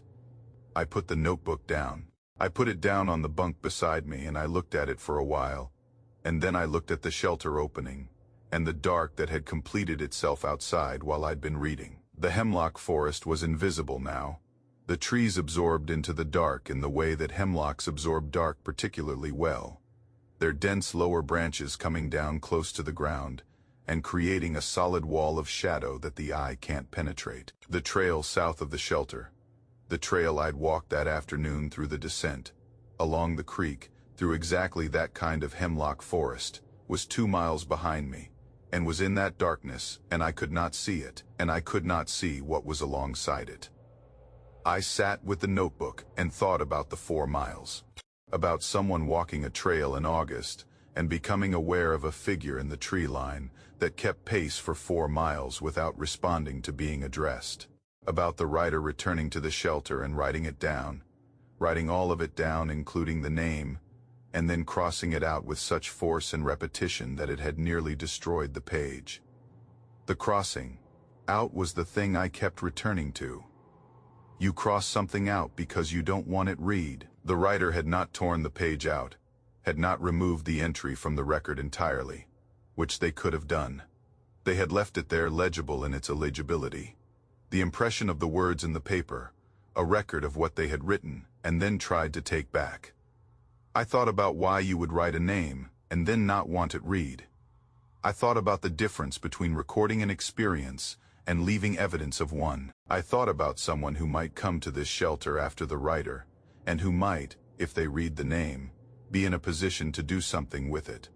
Whether that something was a reason to cross it out, or a reason the writer had ultimately left the impression in the page, rather than removing the entry entirely. I slept in the shelter that night because there was nowhere else to sleep, and because not sleeping was not a realistic option, after the day I'd had.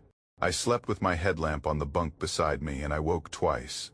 Once at some hour in the early morning to a sound in the hemlocks to the south that resolved itself into wind and nothing more. And once just before dawn to the complete silence of a forest that had stopped its ambient noise in the way forests sometimes do before resuming it. And that resumption came, and the birds started, and the light came, and the morning was an ordinary mountain morning in late October. I packed quickly. I read the entry one more time before I left, holding the page up to the early light, confirming what I'd read the night before.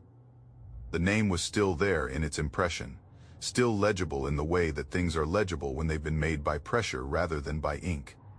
I thought about copying it down. I had a pen and a small notebook in my pack, and I thought about writing it down so I'd have it, so I could look it up when I got home, so I could try to find whatever it was attached to.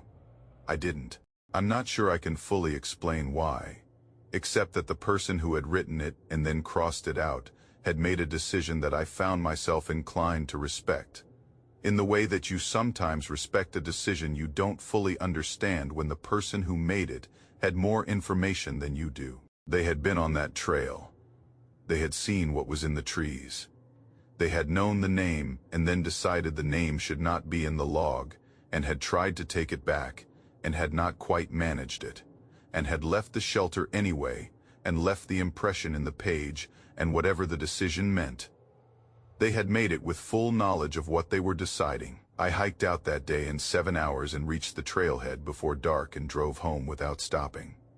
I've done other loops in the Smokies since. I have not done that one again. The shelter log will have new entries by now. New miles and new weather, and new wildlife, and the ordinary record of people passing through and writing down what they found. At some point, someone else will read the crossed out entry and hold the page up to the light and see the impression of the name. They will make their own decision about what to do with it. I hope they make the same one I did.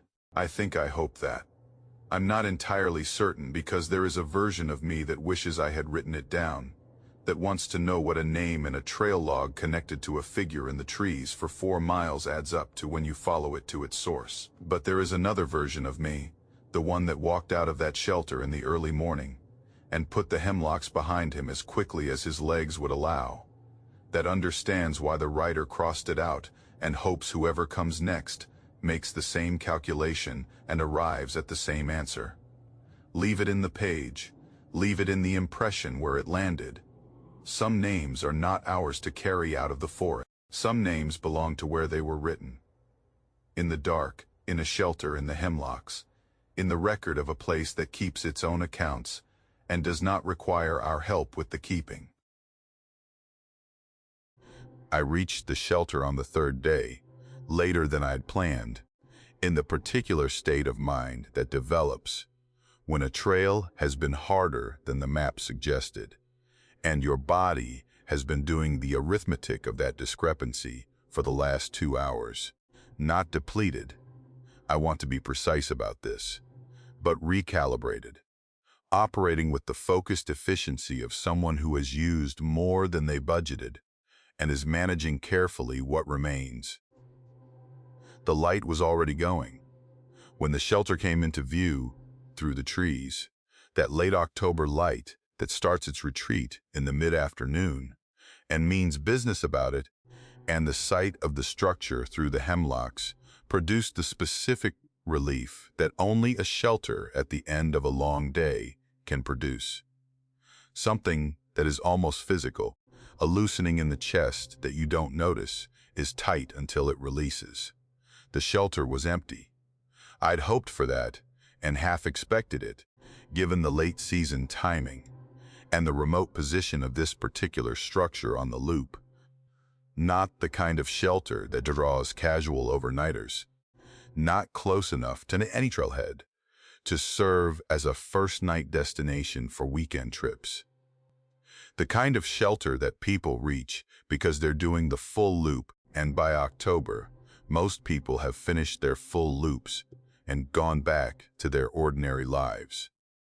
I had the place to myself, and that felt like something given to me rather than something I'd simply found. And I stood in the shelter's opening for a moment and looked out at the darkening forest and the near ridge going black against the last light, and felt genuinely grateful in the wordless way that you feel grateful for things when you're tired and cold, and exactly where you meant to be. I dropped my pack on the lower bunk and did what I always do when I arrive at a backcountry shelter, which is read the trail log before I do anything else. It's a habit I picked up on my first long solo trip years ago from an older hiker who told me the logs were the most honest literature available because nobody writing in them had any reason to perform. He was right. I've read trail logs in shelters across 5 states, and the quality of them is consistent. The unself-conscious record of people who are tired and satisfied and occasionally frightened and occasionally moved by what the trail has given them, writing it down in the compressed shorthand of someone who has limited light and limited space and a lot of miles in their legs. I find them more interesting than most things I read in my regular life. They have a quality of reality that is hard to manufacture. This log was a standard composition notebook, the black and white speckled kind, attached to the shelter's interior wall by a length of paracord threaded through a hole in the cover. It covered 8 months of entries, from February through late October of that year, the pages filling at the rate you'd expect from a remote shelter on an infrequently traveled loop. A few entries per week in the peak months, sparse in the shoulder seasons, a gap of 3 weeks in February where the weather had apparently kept everyone home. I read from the beginning, the way I always do, because reading a trail log from the front is the only way to understand the shelter as an accumulated experience, rather than a series of individual visits. You learn things by reading in order. You learn which entries are responding to previous ones, which warnings have been heeded, which wildlife sightings have been confirmed by the next visitor, and which have not been repeated. The log of a backcountry shelter is a conversation between strangers who will never meet, conducted across weeks and months. And, like any conversation, it has more meaning when you follow it from the start. I read the February entries, and the March entries, and the April entries. which were when the traffic picked up and the entries became more frequent and more detailed. The arrival of spring in that section of the Smokies, recorded in the compressed language of people noticing it as they moved through it, the wildflowers coming in and the creek levels dropping and the wildlife becoming visible again after the winter. I read through May and June and July, the entries filling with the familiar litany of summer in the southern Appalachians. The heat, the afternoon thunderstorms, the humidity that extracts a toll from every uphill mile. I was reading with the enjoyment I always bring to this, the pleasure of the accumulated record. And I was also making my food on my camp stove and eating it while I read, and the shelter was going dark around me in the way that shelters go dark when you've been too absorbed to notice the light leaving. The crossed-out entry was in the middle of August. I almost missed it. The entries around it were normal. A couple from Georgia who'd done the loop in 4 days and were effusive about the views from the high ridge. A solo hiker from Ohio who'd had a bear encounter a mile south of the shelter and described it with the cheerful humor of someone who'd been frightened and was now safely past the being frightened part.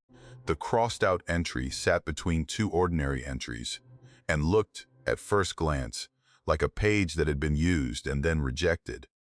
A false start, someone who'd written something and then decided against it and struck it out before writing a proper entry elsewhere in the log. It wasn't until I looked at it directly that I understood the striking out was not casual.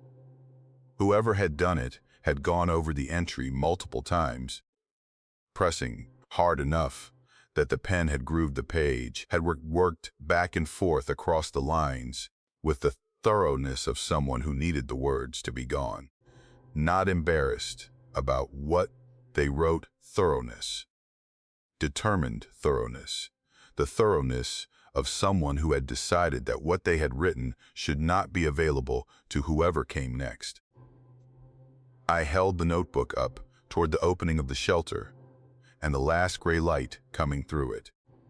The indentation the pen had left in the page was a different kind of record from the ink. Negative rather than positive. The words preserved in impression rather than in mark. I tilted the page until the raking light caught the indentations and threw them into relief, and I read what I could read. The entry was dated in early August, no specific day noted. It began with the standard information. Trail conditions, miles covered, weather, the notation of having arrived at the shelter alone and finding it empty. Then it changed. The middle portion of the entry described an encounter on the trail 2 miles south of the shelter. In a section I'd walked that afternoon, a descent through dense hemlock forest, where the trail ran close to a creek. The writer I'd described becoming aware of a person in the tree line to the left of the trail. Not on the trail, in the trees, paralleling the trail, keeping pace. The writer had stopped and addressed the figure directly. No response. Had started walking again and heard the figure resume its movement in the trees alongside the trail. This had continued, the writer said, for approximately 4 miles.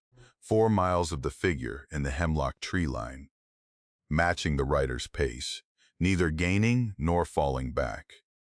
Not responding to being addressed, not emerging onto the trail, not doing anything except maintaining its position in the trees alongside the path at a consistent distance. The last line of the entry was the one that had been crossed out most thoroughly, worked over more times than the rest. The impression in the page, so deep in some places that the paper had nearly given way. I tilted and angled and squinted at it in the failing light and assembled what I could assemble from what remained. It was a name.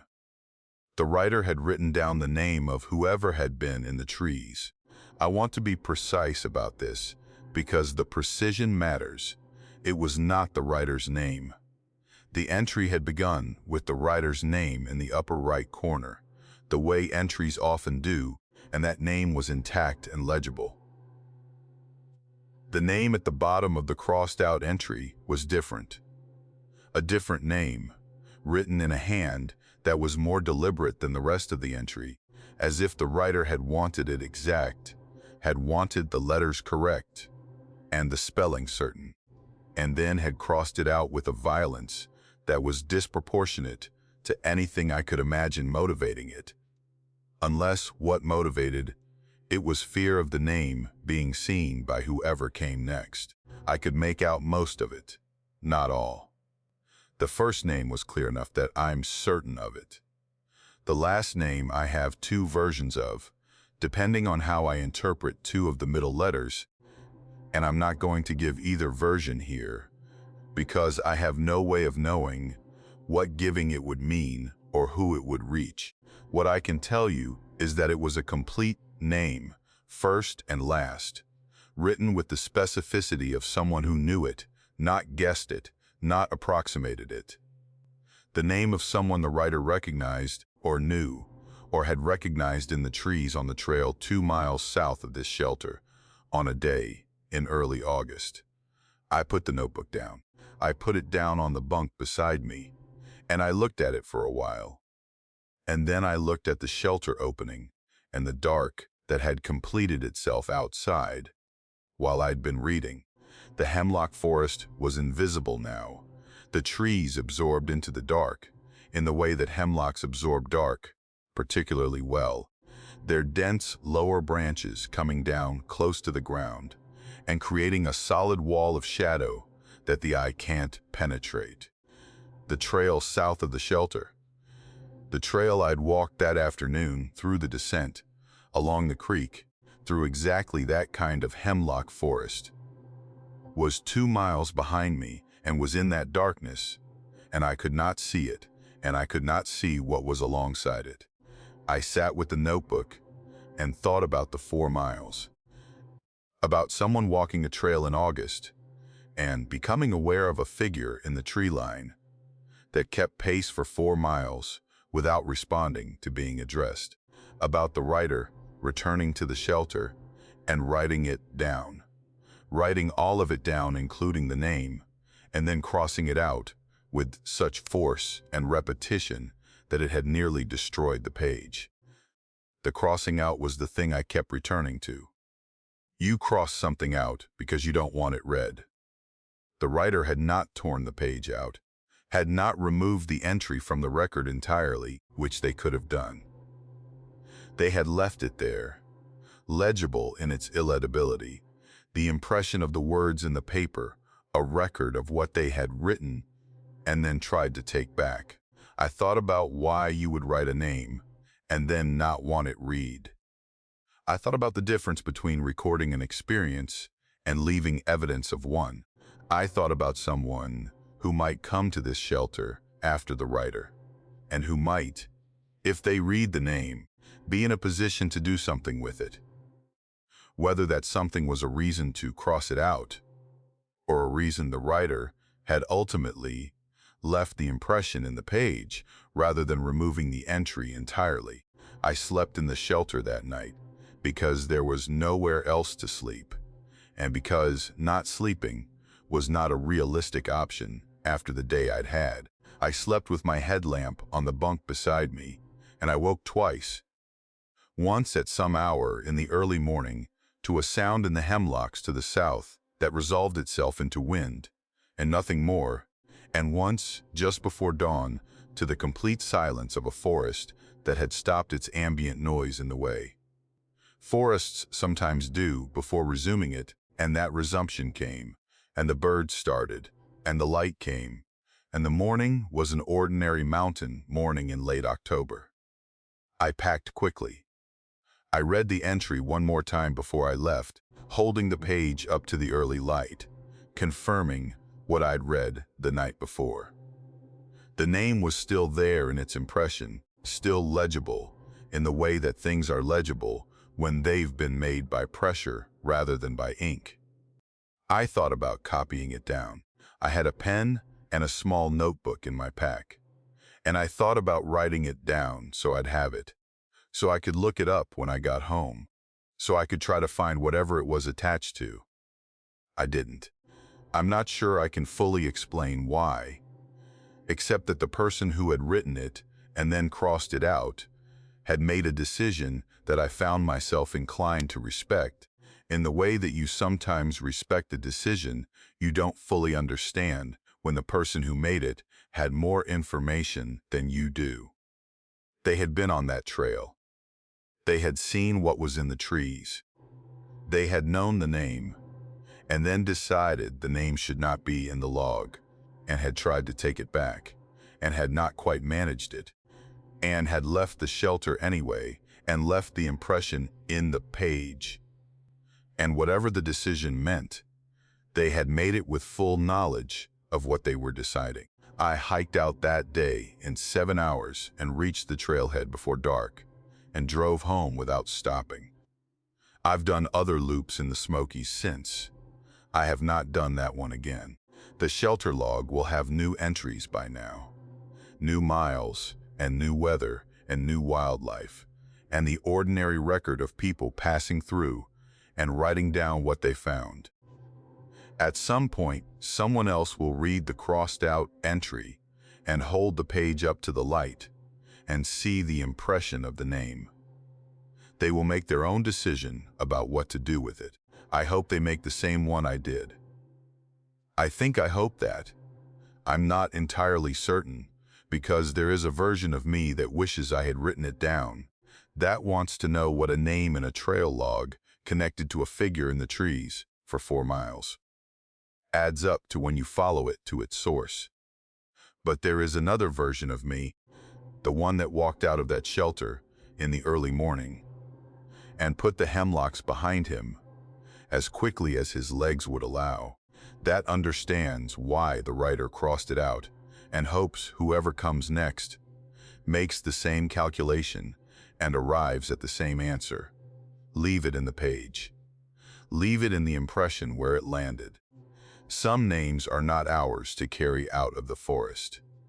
Some names belong to where they were written, in the dark, in a shelter in the hemlocks, in the record of a place that keeps its own accounts and does not require our help with the keeping.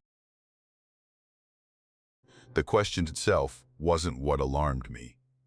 That came later, walking alone in the gray light, when my mind had time to turn the encounter over and look at the underside of it. In the moment, it was just a question. People ask questions on trails.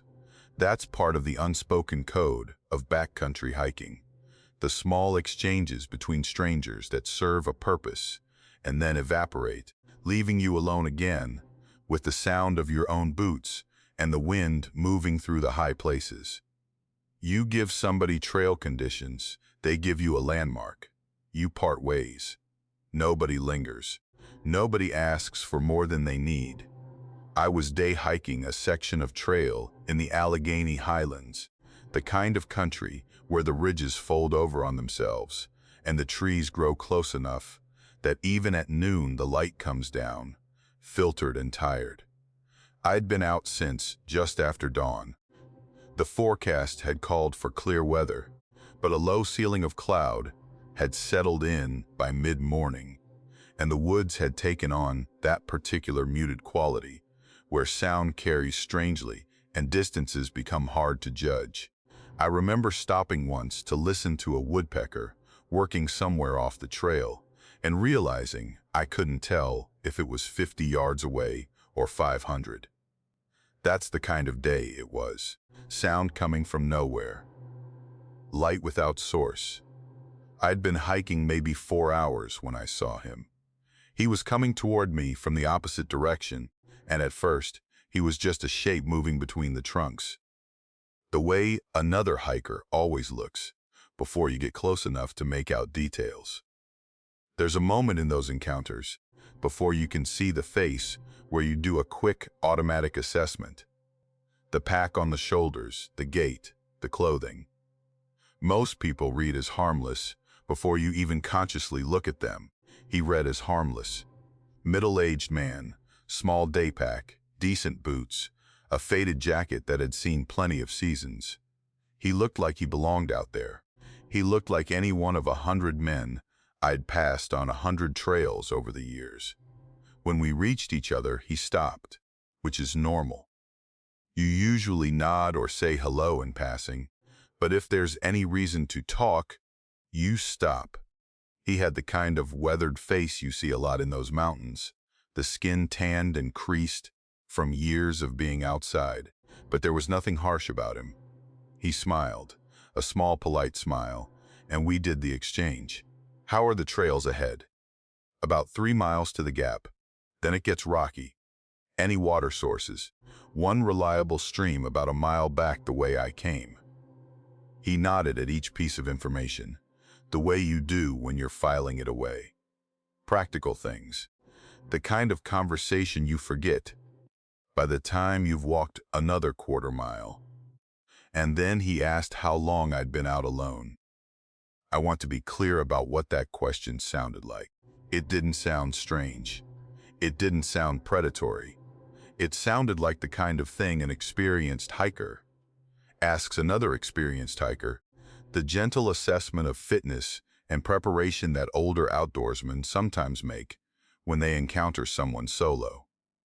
I told him since morning. He nodded again, but this nod was different. It was slower. There was a quality to it that I didn't register at the time, but which I've thought about 1,000 times since. It was the nod of someone processing information rather than simply receiving it, like he was sliding the answer into a slot, comparing it against something. Then he asked if anyone knew exactly where I was, not the trailhead, not the general area, exactly where. And he said it in the same flat, friendly tone he'd used for the trail conditions, like it was the most natural question in the world. I remember the words sitting in the air between us for a moment. The wind had dropped. There was no birdsong. I could hear my own pulse in my ears, but only barely, the way you sometimes do when something has just shifted and your body knows it before your mind does. I gave him a non-committal answer. I said something like, "Yeah, my wife's expecting me back," which was a half-truth. And he smiled again and said, "That's good. That's smart. You should always tell someone." And then he wished me a good hike, and we stepped past each other, and the encounter was over. I walked. The trail wound through a thick stand of hemlock, and the light got even dimmer. I didn't look back at first, because looking back felt like an admission of something I didn't want to admit. But after maybe 100 yards, I did look. He was gone. The trail behind me was empty. That was normal. He had walked his direction, and I had walked mine, and the trees had swallowed the space between us. There was nothing wrong with that. Hikers disappear from each other all the time. For about 20 minutes, I kept moving and tried to put it out of my mind. I told myself he was just a friendly older guy. I told myself the question was harmless, that he was probably just one of those people who give unsolicited safety advice to solo hikers, and that the only reason I felt unsettled was because the woods were gray and quiet, and my own nerves were doing the work that nothing in the actual encounter justified. I almost convinced myself, I really did. And then I stopped walking, because something in the back of my mind had finally caught up to me, and what it was telling me made me stand still in the middle of the trail for a long time. The direction he had come from was a dead end. I knew the trail. I had been studying maps of that section for weeks because I was thinking about doing a longer overnight in the area later that year. The trail he had been walking, coming from the direction he had been coming from, had no outlet behind him. There was no other trailhead. There was no connecting path. There was no road. The section of forest he had emerged from led nowhere. It was a tongue of wilderness that ended in a steep drainage, choked with laurel and deadfall, the kind of country you don't cross unless you're badly lost, or you have a very specific reason to be in there. He had been walking out of a piece of nowhere, in the direction of nowhere else, because the trail I was on would loop back the way I had come, and there was no reason for someone to be walking it in his direction, unless he had started where I had started, which meant he would have had to pass me earlier in the day, and he hadn't. I would have seen him. The trail was narrow. There was no way to miss someone. I stood there on the path, with the hemlocks dark around me, and I tried to come up with explanations. Maybe he had bushwhacked in from somewhere. Maybe he was a local who knew an old logging cut that wasn't on the maps. Maybe he had hiked in days ago and was on his way out by some route I didn't understand. All of these were possible. None of them were probable, and none of them explained why a man coming out of nowhere had wanted to know if anyone knew exactly where I was. I started walking again, faster than before. I was not running. I want to make that clear. I was not panicking. But I was walking with that particular alertness that you only get a handful of times in your life, the kind where your hearing seems to sharpen, and you notice the position of every shadow and every sound. I kept looking over my shoulder. The trail behind me stayed empty, but somehow that wasn't a comfort. The empty trail felt like something watching me. About a mile on, I came around a bend and saw a man's footprint in a patch of mud beside the path. It was facing the direction I was walking, going my way. The tread was distinctive, a kind of lugged sole I hadn't seen before, and the print was fresh. The mud was still wet, and the edges hadn't slumped. I crouched down and looked at it for a long time. I knew, with a certainty I couldn't explain, that it belonged to him. I don't know how I knew. I hadn't looked at his boots when we passed, but I knew, and what I couldn't understand was how a man who had been walking in the opposite direction from me 20 minutes ago had now left a footprint going my way, fresh enough that it couldn't have been there for more than an hour. The trail did not loop. There was no shortcut. To get ahead of me, he would have had to leave the trail, cut through the woods on a contour that paralleled my route, and then rejoin the path somewhere ahead. That was a serious piece of off-trail movement in difficult country, and he would have had to do it silently and quickly, and without me hearing anything. I had not heard anything. I stood up and the woods were silent around me in that flat, listening way that woods get sometimes, when even the small sounds have stopped. I had a knife in my pack. I had a phone with no signal. I had several hours of daylight left and at least 4 more miles to the trailhead where my car was parked. I started walking. I kept the knife in my hand. I felt foolish doing it. I also did not put it away. For the next 2 hours, I saw no one. I saw 3 more sets of footprints, all of them his, all of them going my direction, all of them fresh. They appeared at irregular intervals, sometimes in the middle of the trail, sometimes at the edges, once in a soft patch off to the side that you would only step in if you had reason to leave the path. I never saw him. I never heard him. But every so often, when I came around a curve or crested a small rise, I would see a print waiting for me, and the meaning of those prints was clear. He was ahead of me. He had been ahead of me, and he was letting me know. I tried to convince myself I was wrong. I tried to tell myself the prints were from other hikers, or that they were older than I thought, or that I was misreading the situation entirely. None of it worked. The tread was the same every time. The freshness was unmistakable, and the placement, the way each print appeared, just often enough to keep me aware, was not the pattern of a man hiking somewhere.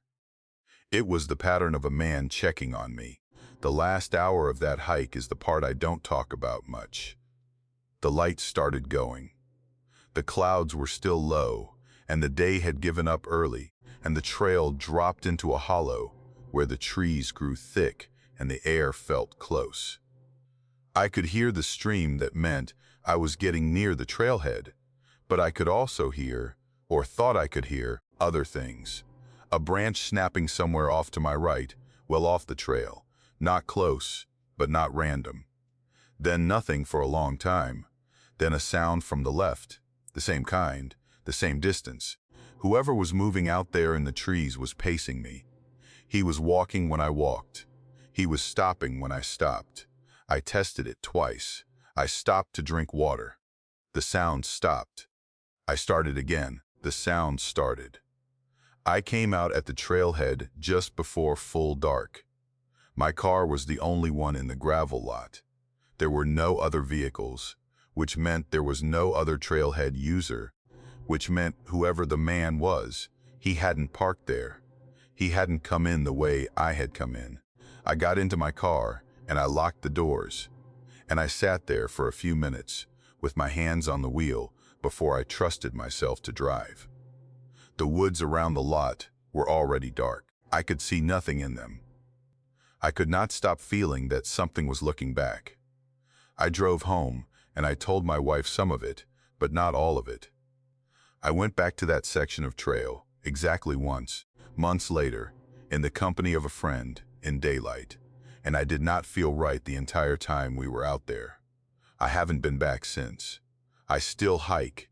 I still go alone sometimes, but I pay closer attention now to the small wrong details, the things that don't fit, the questions that sound friendly but aren't. I know that most encounters in the woods are nothing. I know that most strangers are exactly who they appear to be. But I also know what I know, and what I know is that a man came out of country he had no reason to be in, asked me a question he had no reason to ask, and then somehow moved ahead of me through terrain he should not have been able to cross, and let me see his footprints all the long way back to my car. I do not know what he wanted. I do not know what stopped him, or whether he stopped at all, or whether he is still out there in those hills, doing whatever it was he was doing. I only know that he was watching me, and that he wanted me to know it, and that there are still nights, years on, when I wake up and lie in the dark and think about the tone of his voice, when he asked if anyone knew exactly where I was. I've been a trail runner for 12 years, and there's something about that kind of movement through the woods that non-runners don't always understand. When you walk, the forest knows you're coming. The squirrels hear you a quarter-mile out. The deer slip away through the laurel before you ever see them. The birds stop singing and then start again behind your back. A walker alters the woods just by being in it. But when you run, especially on a long loop in the deep country, you cover ground too fast for the forest to fully register you as a presence. You come over a ridge and you're already past before the small things have time to react. You round a bend and you're gone before the listening starts. And because of that, sometimes you see things that a slower traveler would have changed by approaching. You catch the forest with its guard down. Most of the time, what you see is wonderful. A bear and her cubs in a meadow, a buck standing in a shaft of light, a fox crossing the trail close enough that you could reach out and touch it. Most of the time, but not every time. I was running a long training loop through a section of national forest in western North Carolina, maybe 17 miles in to a 22-mile route in late October when the leaves were down and the woods had opened up the way they only do that time of year. You can see further in late autumn. The understory thins. The ridges show themselves. Things that were hidden all summer become visible. I was running a section I'd done before, but not often, a piece of single track that dropped off a high ridge into a long creek drainage, then climbed back out the other side. The descent was steep and rocky and required full attention. I came off the bottom of it onto a flat bench of trail that ran along a small flat above the creek and I was breathing hard and watching my footing, and I almost ran past it before some part of my mind caught on something off to my right and made me stop. I want to describe what I saw exactly, because the details matter. About 60 yards off the trail, through a screen of bare trees, there was a structure. Not a shelter in any official sense. Not a hunting blind. Not anything the Forest Service had built or permitted. It was low to the ground, roughly circular, maybe 7 or 8 feet across at its widest point, and it was made entirely out of materials that had been gathered from the surrounding forest. The walls were a mixture of branches, bark slabs, and large stones, the kind of round creek stones you can only get by carrying them up from the water. The roof was a domed lattice of saplings woven together and packed with smaller branches and what looked like sheets of moss and clay. There was a narrow entrance on the side, facing away from the trail, hooded by a kind of low overhang. The whole thing was the color of the forest. From a distance, if you weren't looking, you would walk past it 100 times and never see it. It had been there a while. I could tell that even from the trail. The wood had weathered. The moss on the roof had matted into the lattice. The creek stones at the base had settled into the ground around them. Whoever had built this had built it some years ago. And whatever they had built it for, they had maintained it. There was no decay where decay should have been. The roof was intact. The walls had been patched. I could see, even at that distance, the pale wood of recent repairs against the gray of the older material.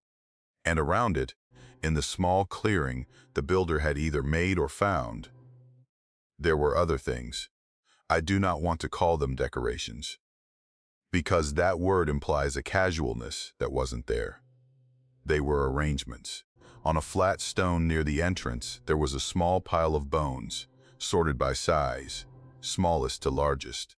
Hung from a low branch, on a length of twisted bark cord, were a half-dozen objects I couldn't identify at that distance. Small bundles, dark and irregular, swinging very slightly in the air, that wasn't quite still. There was a ring of stones in the center of the clearing, blackened by repeated fire, with the white powder of cold ash inside it. The ash was deep. That fire had been built and rebuilt many times. And around the fire ring, the ground had been packed hard and smooth by the soles of feet. You don't pack ground like that by visiting a place once. You pack it by living there. I stood at the edge of the trail. I had stopped running. My breath was still loud in my chest from the descent. I was wearing a thin running shirt and shorts and a small hydration vest, and that was all. I had no knife. I had no jacket. I had a phone that I knew would have no signal in this drainage because I had checked at the top of the ridge. I had maybe 4 hours of daylight left and 5 miles of trail between me and my car. None of this passed through my mind in any organized way. What I was doing was looking at the structure and trying to understand it. And as I looked, I became aware of something else. The forest around the structure was wrong. I want to be careful with that word. I don't mean wrong the way a horror story means wrong. I mean wrong in the practical, animal way that a piece of woods can be wrong when something is in it. There were no squirrels. I had been running for hours, and the woods had been full of the small constant rustlings that mean a forest is doing its business, and now I could not hear any of them. There were no birds. The wind was moving in the high branches, but nothing was moving low, and the silence was not the silence of an empty place. It was the silence of a place where everything had gone still, because something was there that everything was waiting out. You learn to feel that silence if you spend enough time outside. The forest tells you when it's frightened. The forest was frightened. I looked at the structure. I looked at the entrance. The entrance was a black slot under the low overhang, and I could see nothing in it. It might have been empty. It might not have been. From 60 yards away, through a screen of trees, with the light starting to slope toward afternoon, I couldn't tell. But I had the feeling, the absolute and immediate feeling, that the inside of that structure was occupied, and that whoever was inside it was looking out at me, and that he had been looking at me from the moment I stopped on the trail. I didn't move. I want to explain what was happening in my mind, because looking back on it, I think the instinct that kept me still was the only correct instinct I had that day. Every part of me that was capable of thought wanted to run. The trail ran on ahead. The light was good. I was a fast runner with fresh legs after the descent. I could put a mile between myself and that clearing in under 7 minutes. But underneath the thinking part of me, there was something older and quieter. And that older part was telling me, very clearly, not to move. Because if there was someone in that structure watching me, then I had already been seen. I had stopped. I had stood and stared. He knew I knew, and the only thing keeping the situation from changing was that I was not yet behaving like prey. Prey runs, prey turns its back. The moment I started running was the moment the situation would have a new shape, and I did not want it to have that new shape, because I did not know how fast he was, or whether he was alone, or what he would do. So I stood there. I made myself breathe slowly. I looked at the structure for what was probably 10 seconds, but felt like minutes. And then I did the only thing I could think to do, which was to act like I had not seen anything important. I bent down and pretended to retie my shoe. My hands were shaking. I retied the lace I had not untied. I stood back up. I did not look at the structure. I looked down the trail in the direction I had been running. I took a slow drink of water from my vest. I started running again, at my normal pace, neither faster nor slower than I had been before. I did not look back. For the first half mile after I left the clearing, I do not remember breathing. I remember the sound of my own feet on the trail, and I remember the cold air going in and out of my lungs. But I do not remember the act of breathing. I remember thinking about the bundles hanging from the branch and wondering what was in them. I remember thinking about the bones on the flat stone and the way they had been sorted, which is a thing only a person does, an arrangement that requires a mind and time and a particular kind of attention. I remember thinking about the packed earth around the fire ring. I remember thinking about the entrance to the structure, the dark slot under the overhang, and wondering whether the person inside it had stood up after I left, or whether he had been standing the whole time. About a mile on, where the trail climbed up out of the drainage and started its long contour around the next ridge, I let myself look back. I could see down through the trees into the bowl where the structure was. But the structure itself was hidden by the slope and the trees, and I could see nothing in the clearing. What I did see, or thought I saw, was a thin line of smoke, very thin, almost invisible, rising from somewhere down in that bowl and dispersing in the high air. It might have been mist coming off the creek. It might have been nothing at all, but it might have been a fire being built. A fire being built in the middle of the afternoon on a fall day in a place no one was supposed to be. I ran the rest of the loop faster than I have ever run anything in my life. My time for that last 5 miles is still my fastest split on that section, and I have never tried to repeat it. I came out at the trailhead in early evening, with the light gone gold and slanting, and I sat in my car for a long time, before I could make my hands stop shaking enough to drive. I locked the doors. I do not normally lock my car at a trailhead. I locked the doors, and I sat there, and I tried to think about what I had seen and what I should do about it. I thought about calling the Forest Service. I thought about calling the sheriff. I thought about both of these things for a long time over the next few days. In the end, I did neither. I want to be honest about why. Part of it was that I wasn't sure exactly where the structure was. I could find it again, probably, but on a map I could only point to a general area, and I worried that anyone I sent to look for it would either not find it or would find it and tell me it was nothing. An old hunter's camp, an artifact of some legal use I didn't know about. And part of it, the larger part, was that I did not want to be the person who had reported it. I did not want to be the name on the form. I did not want anyone who lived in that drainage to ever have a reason to look me up. I have not been back. There are 500 miles of trail in that forest I could run instead, and I run them.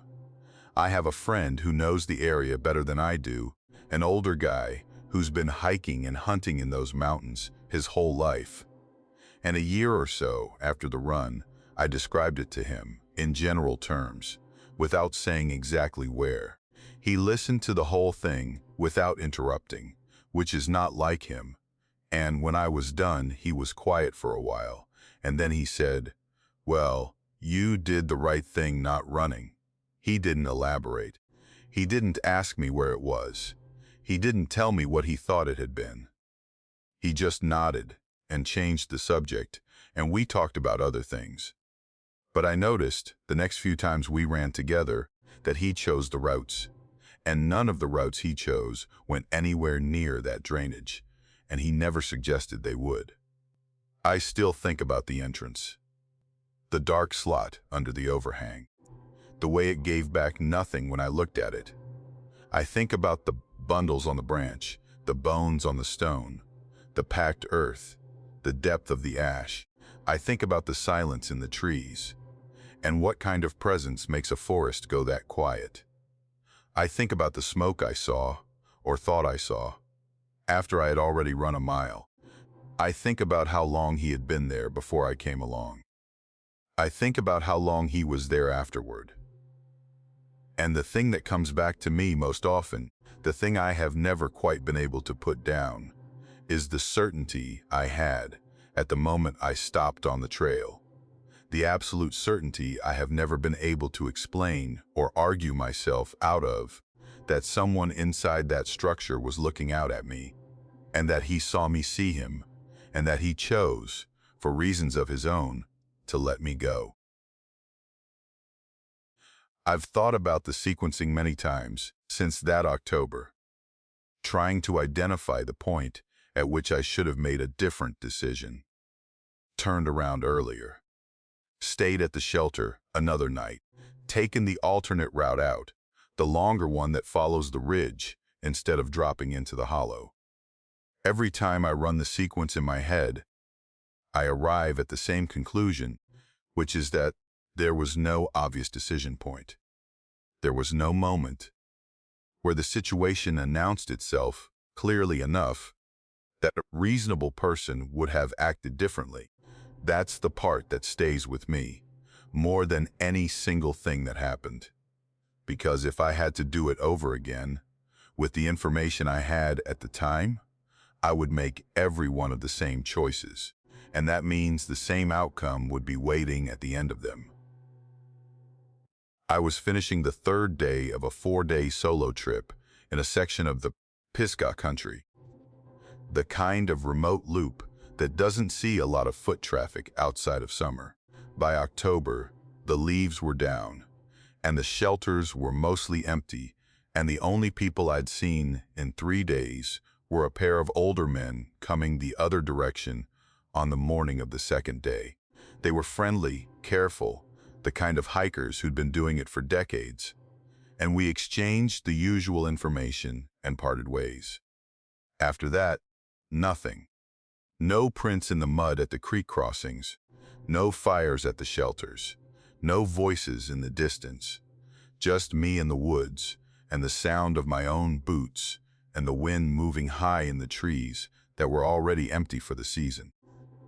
The third night I stayed at a shelter. on a saddle between two ridges, a three-sided lean-to that the Forest Service had built decades ago, and which the moss had taken back in patches. I cooked a small meal and hung my food bag from the cable they'd strung between two trees, a polite distance from the shelter. And I watched the light go out of the woods, through the open front of the lean-to. And I slept with the unease that you sometimes sleep with when you're alone, in a place that has no one else in it. Not fear, just awareness. The kind of awareness that wakes you twice in the night to listen, and lets you fall back asleep when the listening produces nothing. But around 3 in the morning, I woke up and the listening produced something. It wasn't loud. It wasn't close that I could tell. It was a sound I couldn't place at first, and I lay in my sleeping bag in the dark of the lean-to and tried to identify it. It came from somewhere down the ridge, in the direction I'd be hiking out the next day. A long, drawn-out sound, not quite a call and not quite a cry, with a quality of effort in it, like something was being produced rather than expressed. It went on for maybe 4 or 5 seconds, and then it stopped. I waited. The woods did the thing woods do at night when something has happened in them, which is to sit absolutely still for a long time afterward. Every small animal listening, every small night sound suspended. Then, after maybe a minute, the sound came again, from a slightly different position. Closer, maybe, or maybe just closer to the ridge line, where sound carries differently. I was not able to identify the sound then, and I have not been able to identify it since. I have spent more nights in the woods than most people will ever spend, and I have heard the calls of every animal that lives in those mountains, and that sound did not belong to any of them. The closest I can come to describing it is to say that it had a shape. Most natural sounds don't have shapes. They start, they continue, they end. This sound had a structure, a kind of intention, like a sentence being spoken in a language I didn't know. After the second one, I sat up in my sleeping bag and listened for almost an hour, but it did not come again.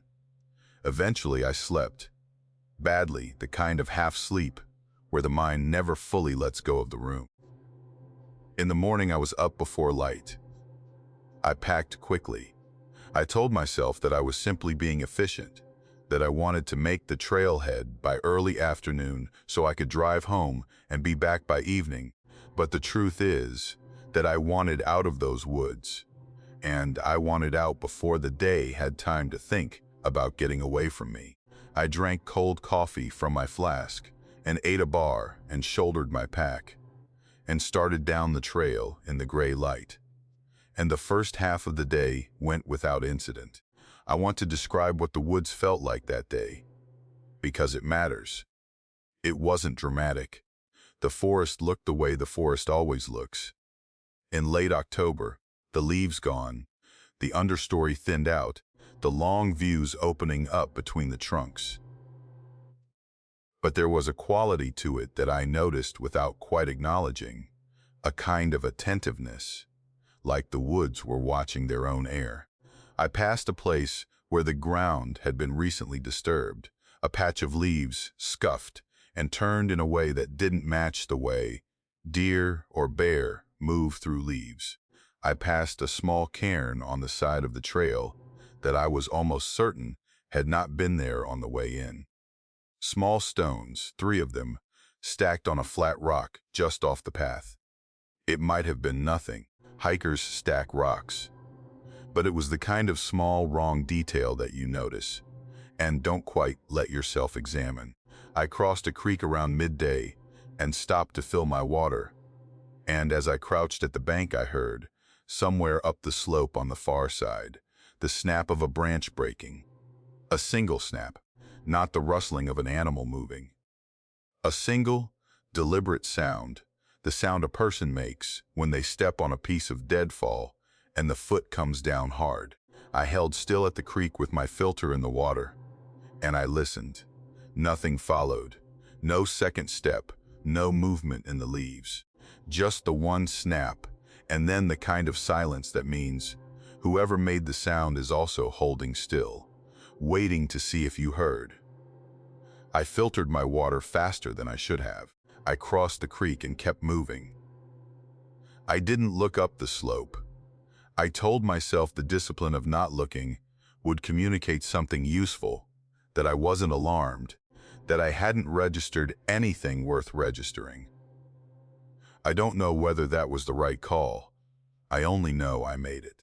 The last few miles of trail were a long contour around the side of a ridge, and then a descent through a dense section of second-growth forest into the hollow where the parking area was.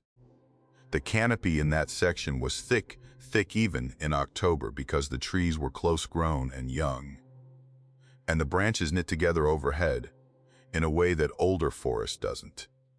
The light started going early. By 4:30, the trail was in deep shadow, even though the sky above the canopy was still bright. I was moving fast because I wanted to reach the trailhead before full dark, and I had the trail memorized from the walk in 3 days before. And my legs knew the rhythm of the descent. I was maybe a quarter mile from the parking area when I heard someone running behind me. Not jogging, running. There's a difference, and anyone who has spent time around runners can hear it. A jogger has a light, repeating cadence and a body that's relaxed. A runner who is covering ground hard has a heavier strike, a faster pace, a kind of urgency in the gait that you can pick out from a long way off. The sound behind me was that second kind. It was the sound of a person moving fast, and it was the sound of a person who was not wearing running shoes. Because the strikes were heavy and uneven on the rocks of the trail, the way feet sound when they are bare or close to bare. I looked back.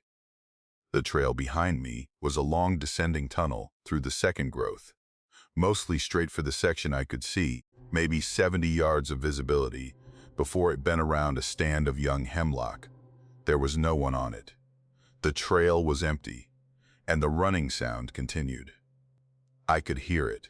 It was somewhere behind me, on the trail, or just off it, matching my pace, and the visible section of trail was empty. I started moving faster. Not running, because the descent was too steep and rocky to run safely with a full pack, but moving as fast as I could without losing my footing. The sound behind me adjusted. It got faster too. It stayed at the same distance behind me, which was the part that I have never been able to make sense of. If it had been getting closer, I would have understood that something was chasing me. If it had been getting farther away, I would have understood that it was just an echo or a sound I was misreading. But it stayed at the same distance. It matched my pace exactly. When I sped up, it sped up. When the trail leveled briefly, and I lengthened my stride, the strikes behind me lengthened in the same proportion.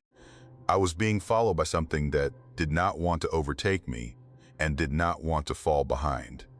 It wanted to be exactly where it was, just out of sight, just behind me, for as long as it took me to reach the end of the trail. I came around the last bend, and I could see the tree line ahead, the place where the forest opened onto the gravel of the parking area. There was one car in the lot, mine. The gravel was gray in the failing light. I went down the last 50 yards of trail at something close to a controlled fall, my pack jolting against my back, my hands out for balance. The footfalls behind me kept pace. I burst out of the tree line into the open, and the sound of them stopped. Not faded, stopped. As cleanly as if something had decided, at the precise edge of the forest, that it would go no further. I crossed the parking lot to my car. I did not look back. I unlocked the door with hands that were shaking so badly, I missed the lock twice. I got in, and I closed the door, and I locked it. And I sat in the driver's seat, with my pack still on my back, breathing, and I looked at the trailhead. The trail came out of the woods in a narrow gap between two stands of trees. A clean, dark opening, framed by the gray of the bare branches and the deeper gray of the forest behind. I could see maybe 10 feet into the trail before the curve and the trees swallowed it. I could see nothing in those 10 feet. The trail was empty. The gap was empty. Nothing moved. I waited 8 minutes before I started the car. I want to be precise about that. 8 minutes. I know, because I looked at the clock on the dashboard when I sat down, and I looked at it again when I finally reached for the key. I spent those 8 minutes watching the dark gap where the trail emerged from the forest, and during those 8 minutes, nothing came out of it. Nothing crossed it. Nothing showed itself. Nothing moved at the tree line at all. The wind moved high in the branches, and a few late leaves came down in the parking lot, and somewhere, a long way off, a crow called once, and was answered. And for all 8 minutes, I had the complete and unwavering conviction that something was standing just inside the trees, at the exact point where the forest ended and the open parking area began, waiting to see what I would do. I don't know how to defend that conviction. I didn't see anything.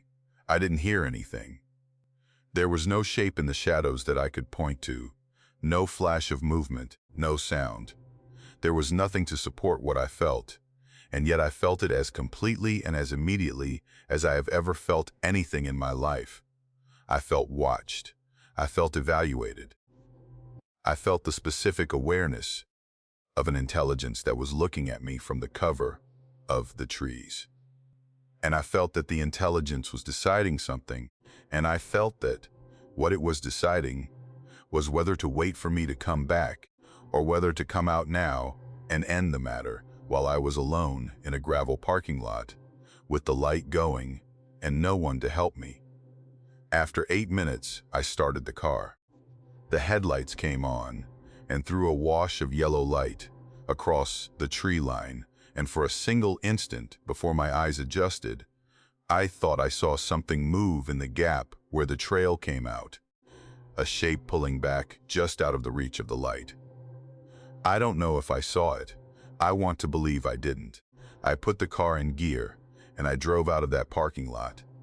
And I did not stop driving until I was on the paved road 2 miles down the gravel. And I have not been back to that section of trail since. I tell people this story sometimes, when the subject comes up, and the response I get most often is some version of the question, "What do you think it was?" And the honest answer is that I don't know, and I have spent enough time turning it over to know that I am never going to know. It could have been a person. It probably was a person. The sound was the sound of a person running, and the discipline of staying out of sight is the discipline of a person, and the choice to stop at the tree line is the choice of a person who knew that the parking lot was open ground, and that a witness in a passing car might see what the trees had hidden. I think it was a person. I think it was a person who had been in those woods for a long time, and who had heard me come in 3 days before, and who had decided, for reasons that belonged to him and not to me, to walk me out. Whether he meant to do more than walk me out, and what stopped him from doing it, I will never know. I only know that he chose, at the last possible moment, to remain inside the trees. And I know that somewhere in those mountains, in that particular hollow, on that particular trail, he is still in there. And I know that he is still waiting for someone else to come walking down it alone.